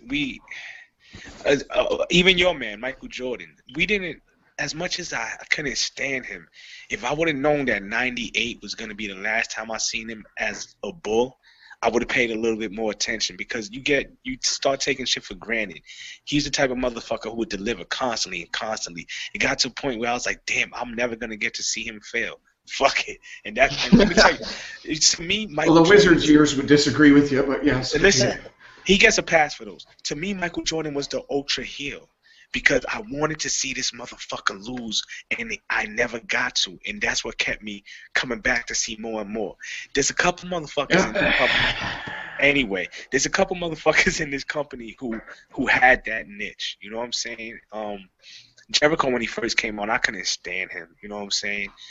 And that was a little bit when I was walking away from this, but when he had his little legend killer gimmick and he was, running rough shot with Evolution or whatever, these guys are veterans. These guys are pros. They both can, Matt Jizzle would distinguish, not necessarily outside of the WWE, but within this company's confines, they can work just about any type of match with any fucking body, man. You know what I'm saying? And they've proven that over the years. I watched that match with Kane and Jericho on Raw the other night. No, it wasn't a great match, but there was something about it when I was watching it. I was like, damn, look at them. They still in there. Kane, for his size and his age, y'all got to take into consideration his size and his age. He's in pretty fucking good shape, man. Kane, you know what I'm saying? A lot of motherfuckers be washed up by that time. Jericho, you starting to see a little bit of the Entenmann's cookies and Shasta's building up around his love handles and all that shit. You know what I'm saying? But he's still getting out there and jumping off the top turnbuckle and all that bullshit. And I saw them two wrestling, and I was like, damn, look at them, man. You know what I'm saying? Still putting on a better match. Just the little nuances that they have. A better match than a lot of these young boys out there. And that harkens me back to Jericho and Orton, man. appreciate the shit while you can. You know what I'm saying? Motherfuckers is paying $9.99 a month. You know what I'm saying? You got to sit through 3 hours of snore on Monday and then recap Crackdown on Friday and all that shit. Appreciate the good shit when you get the chance. And this pay-per-view offered up that, you know, in spoonfuls for you. And Stone Cold said something on one of his podcasts, and it was about these motherfuckers nowadays. You don't see it in their eyes. You know what I'm saying? When they're saying it or when they're doing it, it's not in their eyes. And he was saying how back in the day, how in his era and the eras before him, they felt it. It was coming from their heart. Because that shit is so fucking scripted. That's why, dog. They don't have the emotion to put in it when it's getting scripted. So you can't put no emotion in something that you're getting told to say. And I recently was quoting an interview that RVD did, again, on the site. Just referencing, I'm not trying to plug, I'm just, for those of you who only watch on YouTube and you're like, huh, what video was that? He was talking about how it's really hard for him to go out there when they only give him 5 minutes on TV to wrestle a match, and he feels like he can't artistically express himself on the WWE TV show. I know what he means. Yeah. Because RVD was really good. Yeah, well, not only that, but when back in the day, these guys were calling their own matches. Like nowadays, everything gets so planned out from this spot to that spot to that spot. One of the things that made RVD great was his ingenuity in the ring and his ability to kind of adapt with the quickness to situations. Yeah. And kind of just think on his feet in terms of wrestling. And that matched up with his athleticism is what made it so amazing what he was doing. The best overly scripted match of all time. Come on, Grits. WrestleMania 3, man. Yes, it was Savage and Steamboat. Oh, yeah. Well, Savage was a different monster when it came to that, though. Yeah. But it's still regarded as one of the best matches of all time. But it was overly scripted based on the reactions they got at house shows. Mm-hmm. And they threw stuff they did at house shows into the match. But that's a huge problem, man. These guys don't have any room to be creative in the ring. And I'm not saying guys have to come out there doing fucking 1080 moonsaults and shit, but just creativity and calling spots and playing off of the crowd. And that's one thing that Orton does really well. He trolls that crowd. Like the part of the match where he just grabbed his ear. Yeah. Like, what? Are you booing me? As crisp and clean of a worker as Orton is, he never gets to just do for his psychology and his ability to play off the crowd. I mean, you remember back earlier this year when he had the whole feud with Daniel Bryan going or whatever, and he was playing off of the crowd that entire time. The fans are booing the shit out of him, and he's sitting there trolling the fuck out of them. Trolling him. Highly underrated. And Orton's going to be one of those guys that people never really appreciate until later on, and I can tell you now, out of this most recent crop or generation of WWE wrestlers, he's one of the very few I will go back and watch matches on, you know. As long as they don't involve Fuckboy Buckethead. Well, of course not those, but it's just Orton puts on matches that you can show people, you can show aspiring wrestlers, you know, footage of, and like, look what he did here and look at what he did here, you know. Absolutely. Like even tonight, that table spot that he did with Jericho, they didn't even clear the table. Didn't even clear the table. Yeah, for once they didn't even do it. No, and he's been doing that a lot more lately because it looks stupid. You know, unless if the announcers are going to clear, hurry up, get the monitor out of the way. You know, then it makes sense, but let me soften your fall for you here. You know what it is, Bruce? You've been calling them out for that for almost a year now. No. But I did laugh when Orton fell out of the ring and hit his leg on the table, and he said, "Oh shit!" And they was quick as fuck to beat that out. I was like, "How the fuck do you get it that quick?" I'd give my wife it's on the network. It's on the network and pay-per-view. They shouldn't be bleeping shit out like that. But anyway, they have to. It's uncensored. Yeah, sure it is. They have to. It's unedited. But overall, just a flat, enjoyable match. Jericho and Orton went out there and got it done, and Orton wins via a great match. If this was the send-off for Y2J, nice run, really nice run. He tried to repair the damage with Bray Wyatt. Vince said, "Yeah, it's still real to him, damn it," and had to do that thing with Bray Wyatt. But Jericho had a nice run. A little shaky at the beginning, but it had a nice run. Jericho's the man.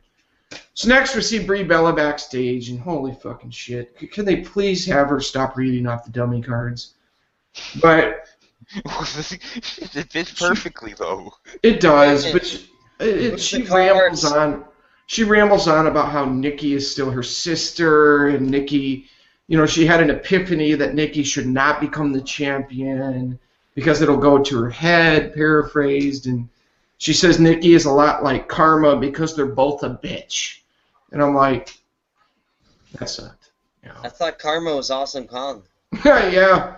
Oh my gosh, she started trending on Twitter because everybody's like, Karma's coming back. Oh my gosh, she's the new CM Punk. Fuck. Yeah. Like, oh my god, we got AJ Lee coming back. CM Punk's going to show up for sure. There is someone who might be on Raw tomorrow night that we're going to talk about in the VIP video that... Is it CM Punk? Yes. No. Big, huge name. So we get Nikki Bella against Paige against AJ Lee, WWE Divas Championship. This actually was one of the better WWE Divas matches that they've had this year. Even Nikki Bella held her own. Nikki isn't anywhere close to AJ Lee and Paige, in my opinion, but she did pretty good. The Bella twins are boring as fuck to me. They were boring as fuck to me before, and I think a lot of people agreed. But now all of a sudden, Nikki's blowing Cena, and Bree's married to Daniel Bryan, and they're on some crap show that I won't watch. So all of a sudden they're relevant, apparently, because of the producers of that show want them heavily involved in these storylines. But I will give her credit for the singular match. So, surprisingly, surprisingly, they had AJ Lee go over with the Black Widow, with Paige tapping out. And that bump that Nikki took off the apron from that pseudo Beal, that was a pretty fucking wicked bump. Fuck all of that. The only thing I remember from the match is the image of Paige tapping out on AJ Lee's ass. Of course. But yeah. Best shot of the entire... Second best shot of the entire night next to the Bruce Blitz sign. Let's just be real. Well... Yeah, that bump that Nikki took off the apron, that was a bird bump. She had more balls to take that bump than Fuckboy would have. Oh, yeah, probably true. But, like I said, it really surprised me that they put it on AJ. I thought for sure, well, not for sure, but I had a sick feeling that they were going to put it on Nikki Bella because they're so infatuated with that stupid fucking show. Oh, fuck that show. Fuck, dude. And I'm just glad the WWE decided, because basically in my preview, I believe I said something to the effect of anybody but Nikki. I don't think they're going to put a belt on one of those Total Divas. You think that show's been on for well over a year now, and none of them have had it. Yes, you did, Bruce. You said those exact words. That show's been on for about a year and a half now. But the only one out of that show that should have the belt should be Natty Neidhart. Yeah. She's not there? I don't know. I don't watch that show. I watch other shows, shows that guys would watch, like football. Yes. Yeah. Oh, I can't wait to get back to my film study tomorrow. And how about how shitty this pay-per-view was, and it was on when Sunday Night Football's going on. I may disagree with you on the shitty part, but... Well, the first half was great. Yeah, but there's some pretty good stuff. We'll get to that at the end with our overall ratings and just let them speak for themselves. But thankfully, this was a pretty good match, so I think we could just kind of move on. The Divas had a good match. Paige and AJ Lee are the shit. Nikki Bella, it was a little awkward when she'd hit a move and then kind of stare into the crowd.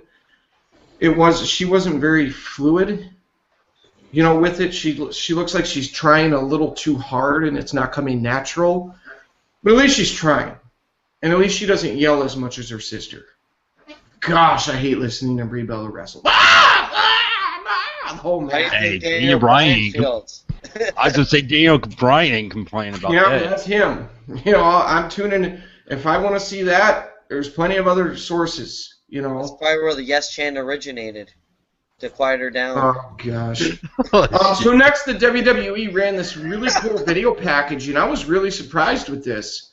It almost had an MMA or boxing like CompuBox type feel to it, where they had the stats from Cena and Lesnar's first match, breaking down the amount of time Cena was on offense. It was only like a minute and something.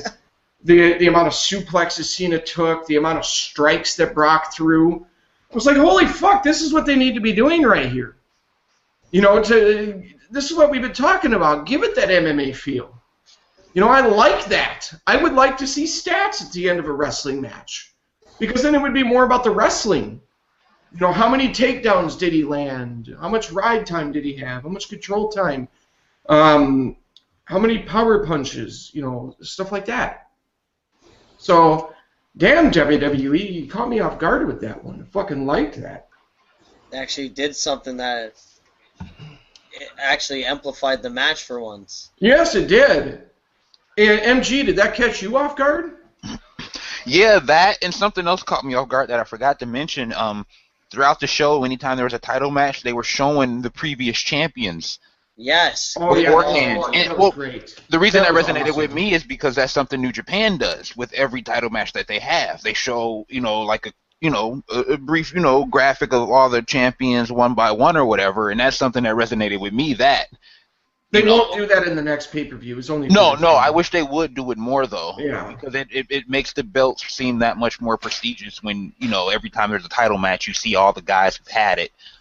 They gotta do that. Although from the IC one, Savage was mysteriously missing, but it was cool to see them actually show Sting as the U.S. champ in WCW, which was totally unexpected. I was like, fuck. Man called Sting. But they should have showed Austin as U.S. champ, though. Shit. Yes. Oh, of course. Oh, I loved his U.S. Championship run right up till the end, which was, oh, God. Oh, yeah, that was a weird time for him to Oh, WCW. But Hey, Bruce, how about that feud with him and Dustin Rhodes over that U.S. title? I liked him and Dustin had some good matches. They did. Yeah. Okay, so here we are at the main event. John Cena against Brock fucking Lesnar. Did anyone else notice earlier in the show they played an interview with Brock Lesnar where he basically said he was going to whip Cena's ass again? And you just heard the crowd fucking erupt. Like, Yep. yeah, beat his ass! You know. It's so funny when you hear the Cena chants. Let's go, Cena! And then you hear all the dudes like, fuck that! Cena sucks! Every fucking time. It's the same thing. And it just cracks me up to this day. For him, I mean, that's gotta drive. You know how many times he's woke up at night in a cold sweat having dreams about guys like us standing there in the crowd. Cena sucks! You know. Little Twinkie kids. Come on, man. And that's great. Again, if you like John Cena, we're not here to tell people what they should like or not like. And people always go, don't pad what you say. I'm going to pad what I say because clearly that's not what we're here to do. We're here to give our opinion, you know. So if you like him, great. If you find enjoyment in him and you're a 40-year-old dude, hey, whatever, you know. It's just we don't identify with that. We don't. It's not our cup of tea, but I used to. But this match should have been called the We're Gonna Fucking Protect John Cena's Character match. After the WWE did such a motherfucking refreshing thing at SummerSlam by having the legit factor of professional wrestling, and some Bobby Lashley fans may disagree with that, but they can both be. But after having the legit factor of professional wrestling in Brock Lesnar squash the motherfucking shit factor of professional wrestling in John Fuckboy Buckethead Cena at SummerSlam, they went and they fucked it all up tonight. Again. Fucked it all up. Oh yeah, Brock put his 9 suplexes in the match. Belly to back. belly-to-belly overhead release was nice. The tribute to Eddie Guerrero with the Three Amigos was awesome. Okay?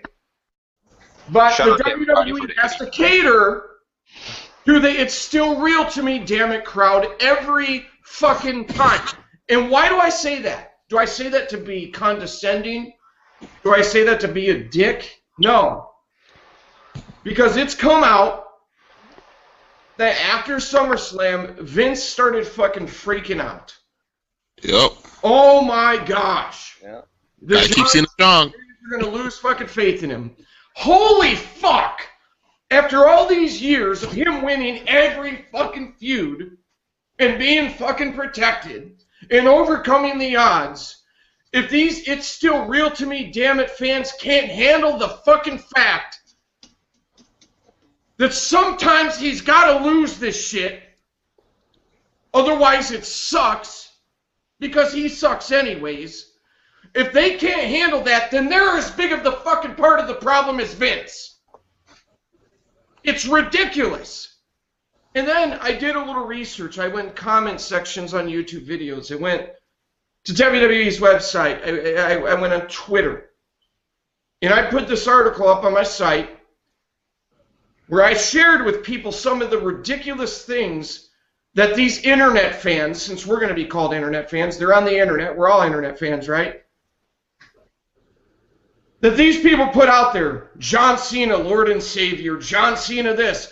John Cena, 15-time champion. He's done it all on his own. These motherfuckers still think it's real. Still think it's real.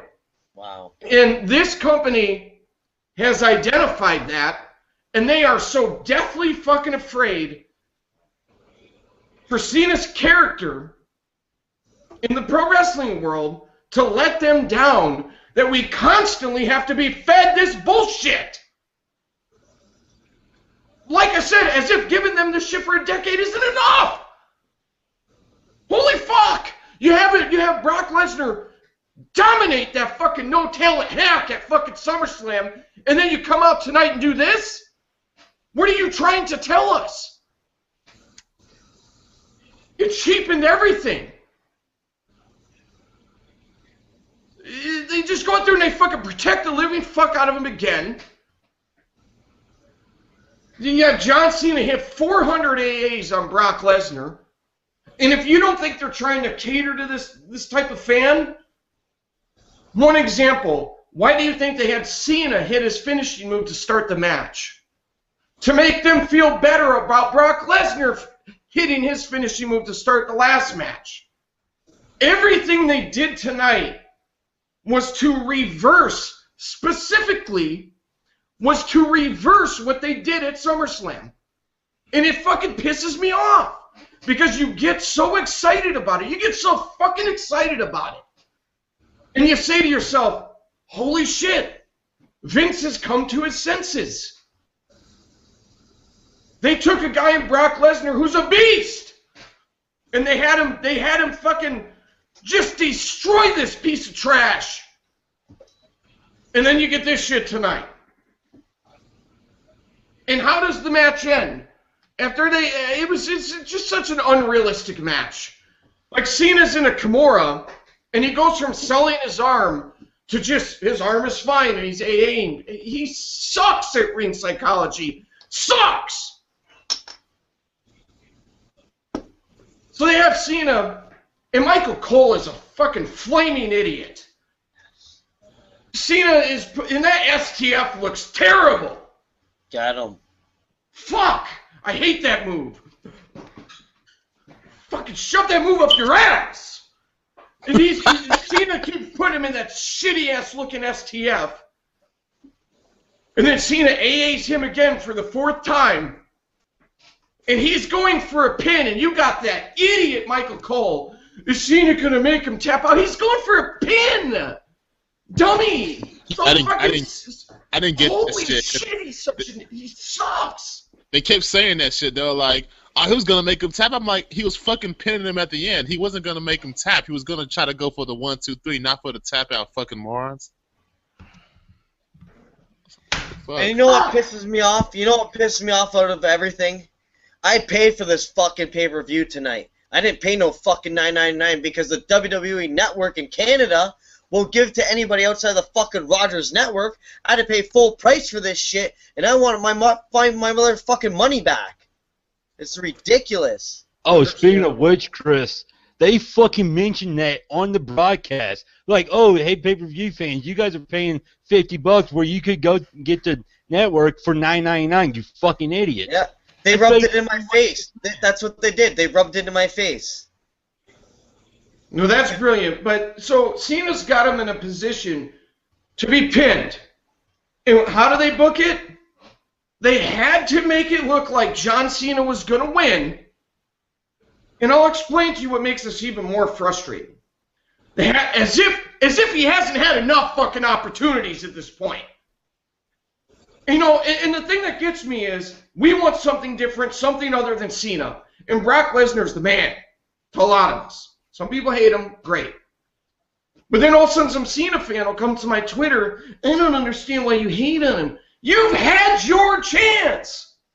You've got 10 years of fucking highlights on the network for $9.99, and we can have our chance now too. So he's got Lesnar looking like he's beat, right? And they had to have Seth Rollins jump in the ring to save him? After Lesnar destroyed Big Show at Royal Rumble, after Lesnar broke the streak, and after Lesnar fucking beat Cena at SummerSlam the way they booked him in all three of those situations, you throw it all away. Take it in a fucking ball and they throw it away, right in the toilet. How damn stupid was that? They're insulting our intelligence. It's fucking ridiculous. It makes no sense because he looked unstoppable as a character. Looked unstoppable. And when you have Brock, okay, protecting Cena, that's not bringing in new fans. That's catering to the established fan base of Cena. There's other ways to go about making them happy. But the fact that they made Brock look so dominant, I know for a fact that there are sports fans who have been watching just merely because of that. And then you tell all of these fans who were excited about them booking Brock in such a strong way, well, we really don't take him that seriously because we had to make Cena look like he was going to win to make little Jimmy happy. Fuck Jimmy. You just fucking throw it all away. It makes no sense. Vince is so scared of C-Nation. Well, if they see any vulnerability in John, they may give up on him. Well, then you need to find different fans to cater to, because I'll tell you right now, you put on good wrestling matches, guys like us will be there supporting every fucking show. It doesn't have to be one particular guy. It just so happens the guy that they've chosen sucks in a lot of our minds. And they wonder why the ratings suck so damn bad too. John Cena. He has to live vicariously. He has to. Why else would he continually do this? It makes no fucking sense. John, let me make something very clear. It's my opinion. I am speaking for myself. John Cena is fucking garbage. And he's been garbage since day one. Second. Day one for me. Not, fans have grown tired. They're fatigued. I have not liked this guy since day one. He's trash. For years. I remember uploading a video to YouTube in 2006. I was in this epic battle with these Kobe fans over the 81-point game, and they're like, he's better than Jordan, blah, blah, blah. I uploaded a video going in on Triple H and John Cena back then. Wow, why would you hate on Cena, man? He's cool and stuff. There were more fans back then that liked him. I didn't. Now you don't get that much of a backlash because most people are on board with that. But he's got to be living vicariously through it. It makes no fucking sense. I mean, if they're that worried about Cena's fan base, then fuck, instead of feeding Rusev or feeding Mark Henry to Rusev, set fucking Cena up with Rusev now. It pisses me off to no end that they continually go back to the same formula. It is so fucking stale. And how did this help Brock Lesnar? Someone explain. Well, he came out as champion. Again, look what he did to Big Show at Royal Rumble. Look at breaking the Undertaker streak, and then squashing Cena. Stop. This tonight, while some people are like, wow, at least he came out as champion. Yeah, I agree. At least. Minimum requirements. All that momentum that his character had, who gets in the way again? Who got in the way of Bray Wyatt? Who got in the way of Damian Sandow? Dolph Ziggler? We could go down the fucking list with this guy.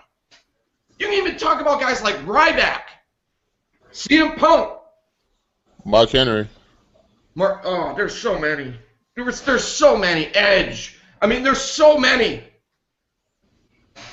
Enough! So after the match, Seth Rollins hits a curb stomp on Brock Lesnar, which, by the way, Brock took like a fucking champ. Then he went to cash in his briefcase, and right before he got to the ring to complete the cash-in, Cena attacks Rollins and stops the cash-in. Rollins ends up bailing from the ring because they get in the ring. He bails from the ring. Again, they were telegraphing Lesnar attacking Cena because Cena's focused outside the ring. Of course, Lesnar, big badass Lesnar, has to attack Cena from behind. And Lesnar delivers an F5. That's basically how the show ends. WWE, you idiots, threw it all away. This was one of the best builds they had been doing in quite some time, other than maybe Bray Wyatt and Daniel Bryan. This was incredible. I couldn't believe how far they were pushing their chips in with Brock Lesnar, and it was awesome. And tonight they just said, fuck it, we give up. Because these fans who think that John Cena's a real hero and he's winning real fights might give up on buying his t-shirt. Not my words. This is stuff that was leaked.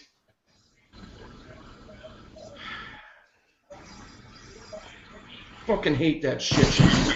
You had something to get excited about as a wrestling fan. It's like, damn, you're sitting there thinking to yourself, they're like, wow, they're going to keep booking Brock Lesnar strong. He's going to go into Mania as champion. Who are they going to choose at that point in time to feed Lesnar to? Will it be, the two names that were being thrown around were The Rock and Roman Reigns? Like, man, I'd love to see Brock. My mind's like going crazy. I'm getting excited. Rock beats him. Seth Rollins cashes in. Just Roman Reigns. I'm not as, warm to that because there would be a way to do Rock where you get the two big name main event and then have a fresh guy come out as the champion, not one of those two. Now I really don't care as much. Whatever. It's not going to mean as much. Because when WWE sends me the signal as a viewer that they don't care enough to have their company guy and John Cena just definitively fucking put him over. My gosh. I can't state enough how they threw away everything they did with Lesnar. He cannot be taken as seriously now. He can't. They made it look like he was going to lose. My overall pay-per-view score, because honestly, I need a break. We'll talk about this more in the overtime video on the site, because I'm done. Fuck this bullshit. That was fucking bullshit. That was complete and utter fucking bullshit, the way they did that. It was stupid as fuck, my opinion. Why does it always have to be the Cena fans they're catering to? I don't get it. Well, there's so many of them. It's actually a pretty good wrestling pay-per-view for the most part. Hated the main event, but it's going to get a 6.75 out of 10 for me. Yes, Lesnar's still the champion. He's been devalued, period. The booking of that main event was just the same old shit. But most of the rest of the show is really good, except for Rusev, Henry. It just fell flat. Sometimes it happens. I'm not going to really hold that against those guys. Other than the main event, I thought it was a pretty solid show. So it just think of all the moving parts of that main event. It did not have to be that complex. And what it all comes back to for me is two things. Vince lives vicariously through this guy, and they got to cater to those fucking fans again, as if they haven't had their turn. It's somebody else's turn. Well, Bruce, you know what? Dude, I'm done. I don't want to talk about this anymore. I need a break. I'm done. fucking pissed off. You guys go. You talk about the main event. Plug your stuff on the internet. All the stuff you're doing. I'm done. Fuck you, WWE, for fucking up what was a really good thing with Brock Lesnar. And we actually had something to be excited about. And now I'm not taking it as seriously because you're not. So fuck you. Bruce, I am fucking pissed off with this pay-per-view as well. I had friends that came over, and they watched that main event, and they said, what the fuck is this? And these are guys I was working with tonight at Crossfire, and, like, this is fucking ridiculous. Like, come on. Like, what the fuck is WWE doing? Like, I paid full money for this fucking pay-per-view, and this is what I had to fucking watch? Are you fucking kidding me? Your commentating team is the worst thing I've ever seen in a long-ass fucking time. It is fucking pissing me off. I warned people earlier I'm going to go off on this commentating team. JBL, you're a heel. Fucking act like it. Jerry the King, I don't know what the fuck you're doing out there. Michael Cole, stop sucking dicks. Call a fucking match. I don't give a shit about Florida, Georgia Line, whoever the fuck they are. This is just ridiculous. It has no place to be on a wrestling show. We need to get this back to where it should be. And, oh my god, this fucking, it ruined it. Like, the pay-per-view is going so good, and then this fucking bullshit had to happen. I'm getting a 5.5. You can catch me on Twitter, Classic Chris 905, and when the Crossfire Wrestling promotion comes out with our shows on YouTube, I'll let you know. You can check us out on Crossfire Wrestling on YouTube. Take it over. I'm pissed off about this shit. Paid full price for this fucking crap. Shit. Well, I'll just jump in. I'll give it a 5 out of 10 because, you know, there was good wrestling on it. So, you know, everybody said on the panel, you got to give it up to that. Some stuff fell flat, like the Rusev-Henry match. The Divas match was actually pretty good for what it was because it had Nikki Bella in it. So, you know, it wasn't that bad. Main event, you know, hey, everything you said, it was garbage. You pretty much undid everything that you've done the whole year. For what? Just so Cena can get a rub.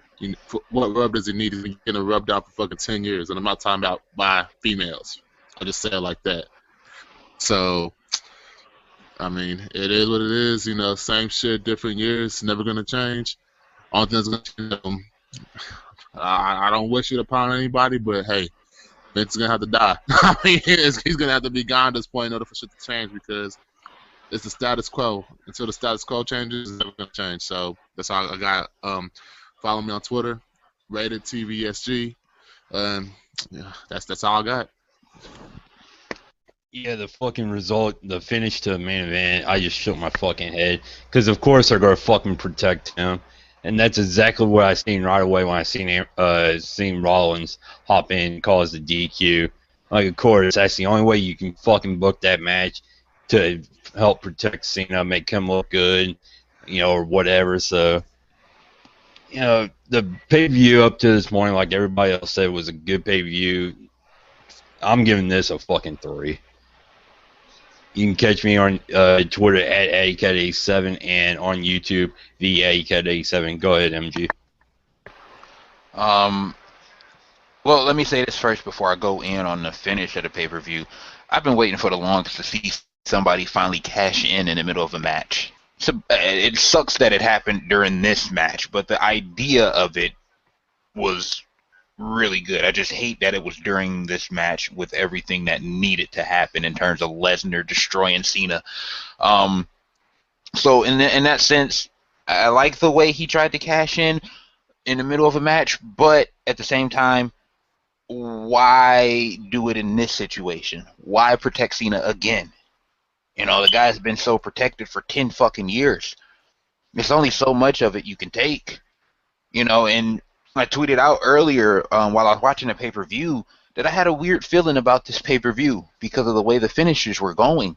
They were going with a lot of heel finishes during this pay-per-view, and I'm like, man, this is just giving me a weird feeling. It almost feels like Cena's gonna win, or Rollins is gonna cash in and walk out as the champ. Especially with Reigns getting hurt, I thought they might have pulled a quick audible here and gave the belt to Cena, or had Rollins cash in on Cena and win the belt.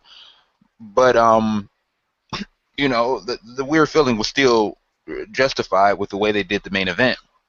But I mean, we've seen it coming before. We knew this wasn't going to be a clean win for Cena. We knew at the least Paul Heyman was going to cost Cena the match. At the least, we knew it wasn't going to be a clean win for Brock Lesnar because they are going to protect Cena no matter what they do. So we all should have saw it coming. Should have saw it coming from a million miles away. Yeah, Lesnar's still the champion, but at the end of the day, the way they booked Cena and the way they booked the finish is just all wrong. They screwed up Brock Lesnar. Now Rollins is going to be in the crossfires of Cena's golden fucking shovel, and he's next on the get buried list. And that's going to suck for Rollins because now he's got the three biggest baby faces in the company after him. Fucking Cena, Ambrose, and Reigns. I mean, shit. Could you stack the deck anymore against the guy? But, the main event, and the way it looked like, at one point during the match, I legitimately thought Cena was going to win. Like, when he pulled Brock back to the middle of the ring like 3 times with the STF, I was like, fuck, that's it right there. It's over. So the main event gets a definite fail for me. There was a lot of good matches on this card. I forgot to mention that promo page cut, that little video package she had before the Divas match was actually really good, and that was more along the lines of the page I knew from developmental, and not necessarily this new stupid gimmick they have her in. Sheamus Cesaro was a good match. Orton Jericho was a good match. The Dust Brothers versus the Usos was a good match. Actually, the Divas match was solid. Really only fails, like total flops, were the main event and Rusev and Henry. So I'll give it a 5.5 out of 10. And Ambrose and Rollins, that segment was really good too. So yeah, 5.5 out of 10. You can find me on Twitter and on YouTube at Virtuoso Sports. YouTube-wise, I talk indie wrestling and other sports like NFL and NBA. So if you're interested in that, come look me up over there. And then also check out Pro Wrestling Tees. That's tees.com/Virtuoso Sports. Over 14 shirts available. There should be a lot more coming as well. Blitz Team shirts, Virtuoso Sports shirts, wrestling shirts, indie wrestling shirts, all available over there for $20, and international shipping is available. So head over there, check them out, and pick one up. Yeah, go check out the Indoyo's inspired shirt that I made. Yes, and fellow Blitz teamers are designing the shirts, such as Adam and I got a shirt that Justin designed coming up pretty soon, and Blitz teamers are designing these shirts as well. So it's not just me trying to suck up the profits. I'm trying to make some money for some of the Blitz teamers as well. Yeah. Let me know what you guys think of the design.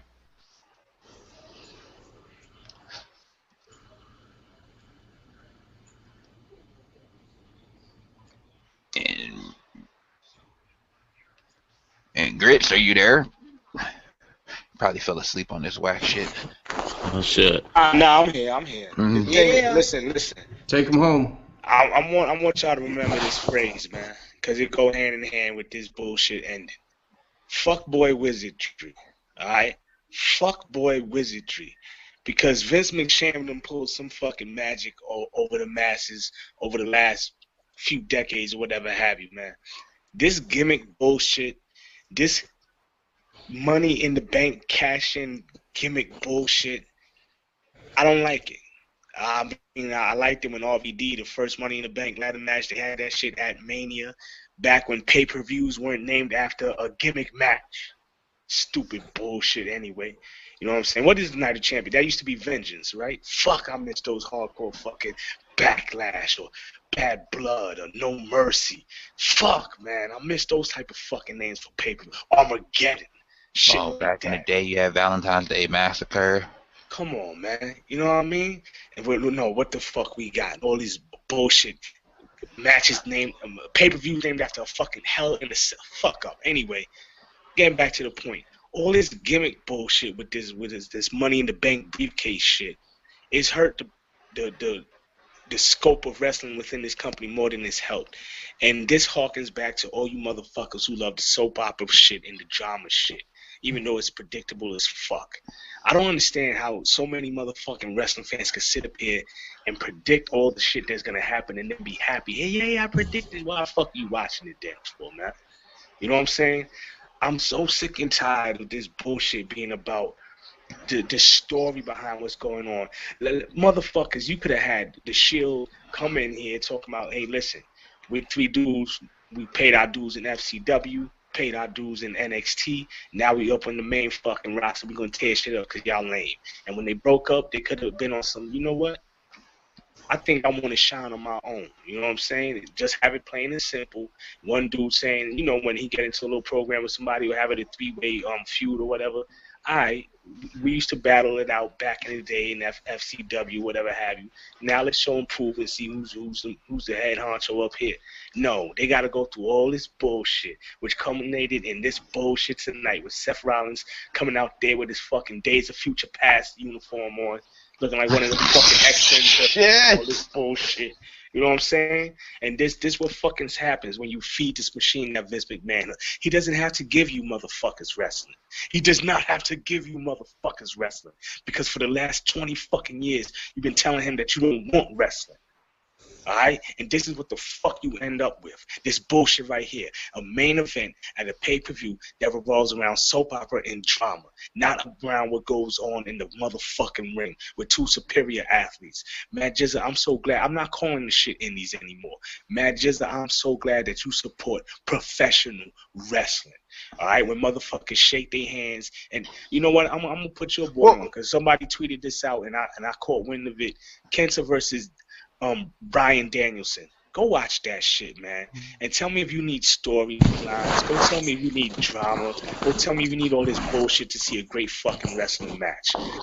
First of all, you got Brock Lesnar. Why the fuck are you gonna have a supreme athlete with a fucking undercover fucking cop like John Cena in this shit, man? Alright? You now don't tell me you fucking watch fucking WWE for wrestling. Don't tell me you fucking pay $9.99 so you can watch fucking wrestling every month. Don't tell me you wanted to watch fucking Night of Champions and you wanted to see the main event because you wanted to see fucking wrestling. No, you didn't, motherfucker. Because anything that involves John Cena does not have anything to do with motherfucking wrestling. Get that through your fucking head, man. So all this shit, this is you're reaping what you sowed, man. At the end of the day, the more you feed this machine, it's like, I don't understand it, Bruce. It's a motherfucking paradox. People are torturing themselves with this shit, man. Torturing themselves by watching this fucking shit. And I understand because change is that little glimmer of hope. But all they're doing is they're fucking with your minds, y'all. All you're ever going to have is hope, not satisfaction. Not satisfaction.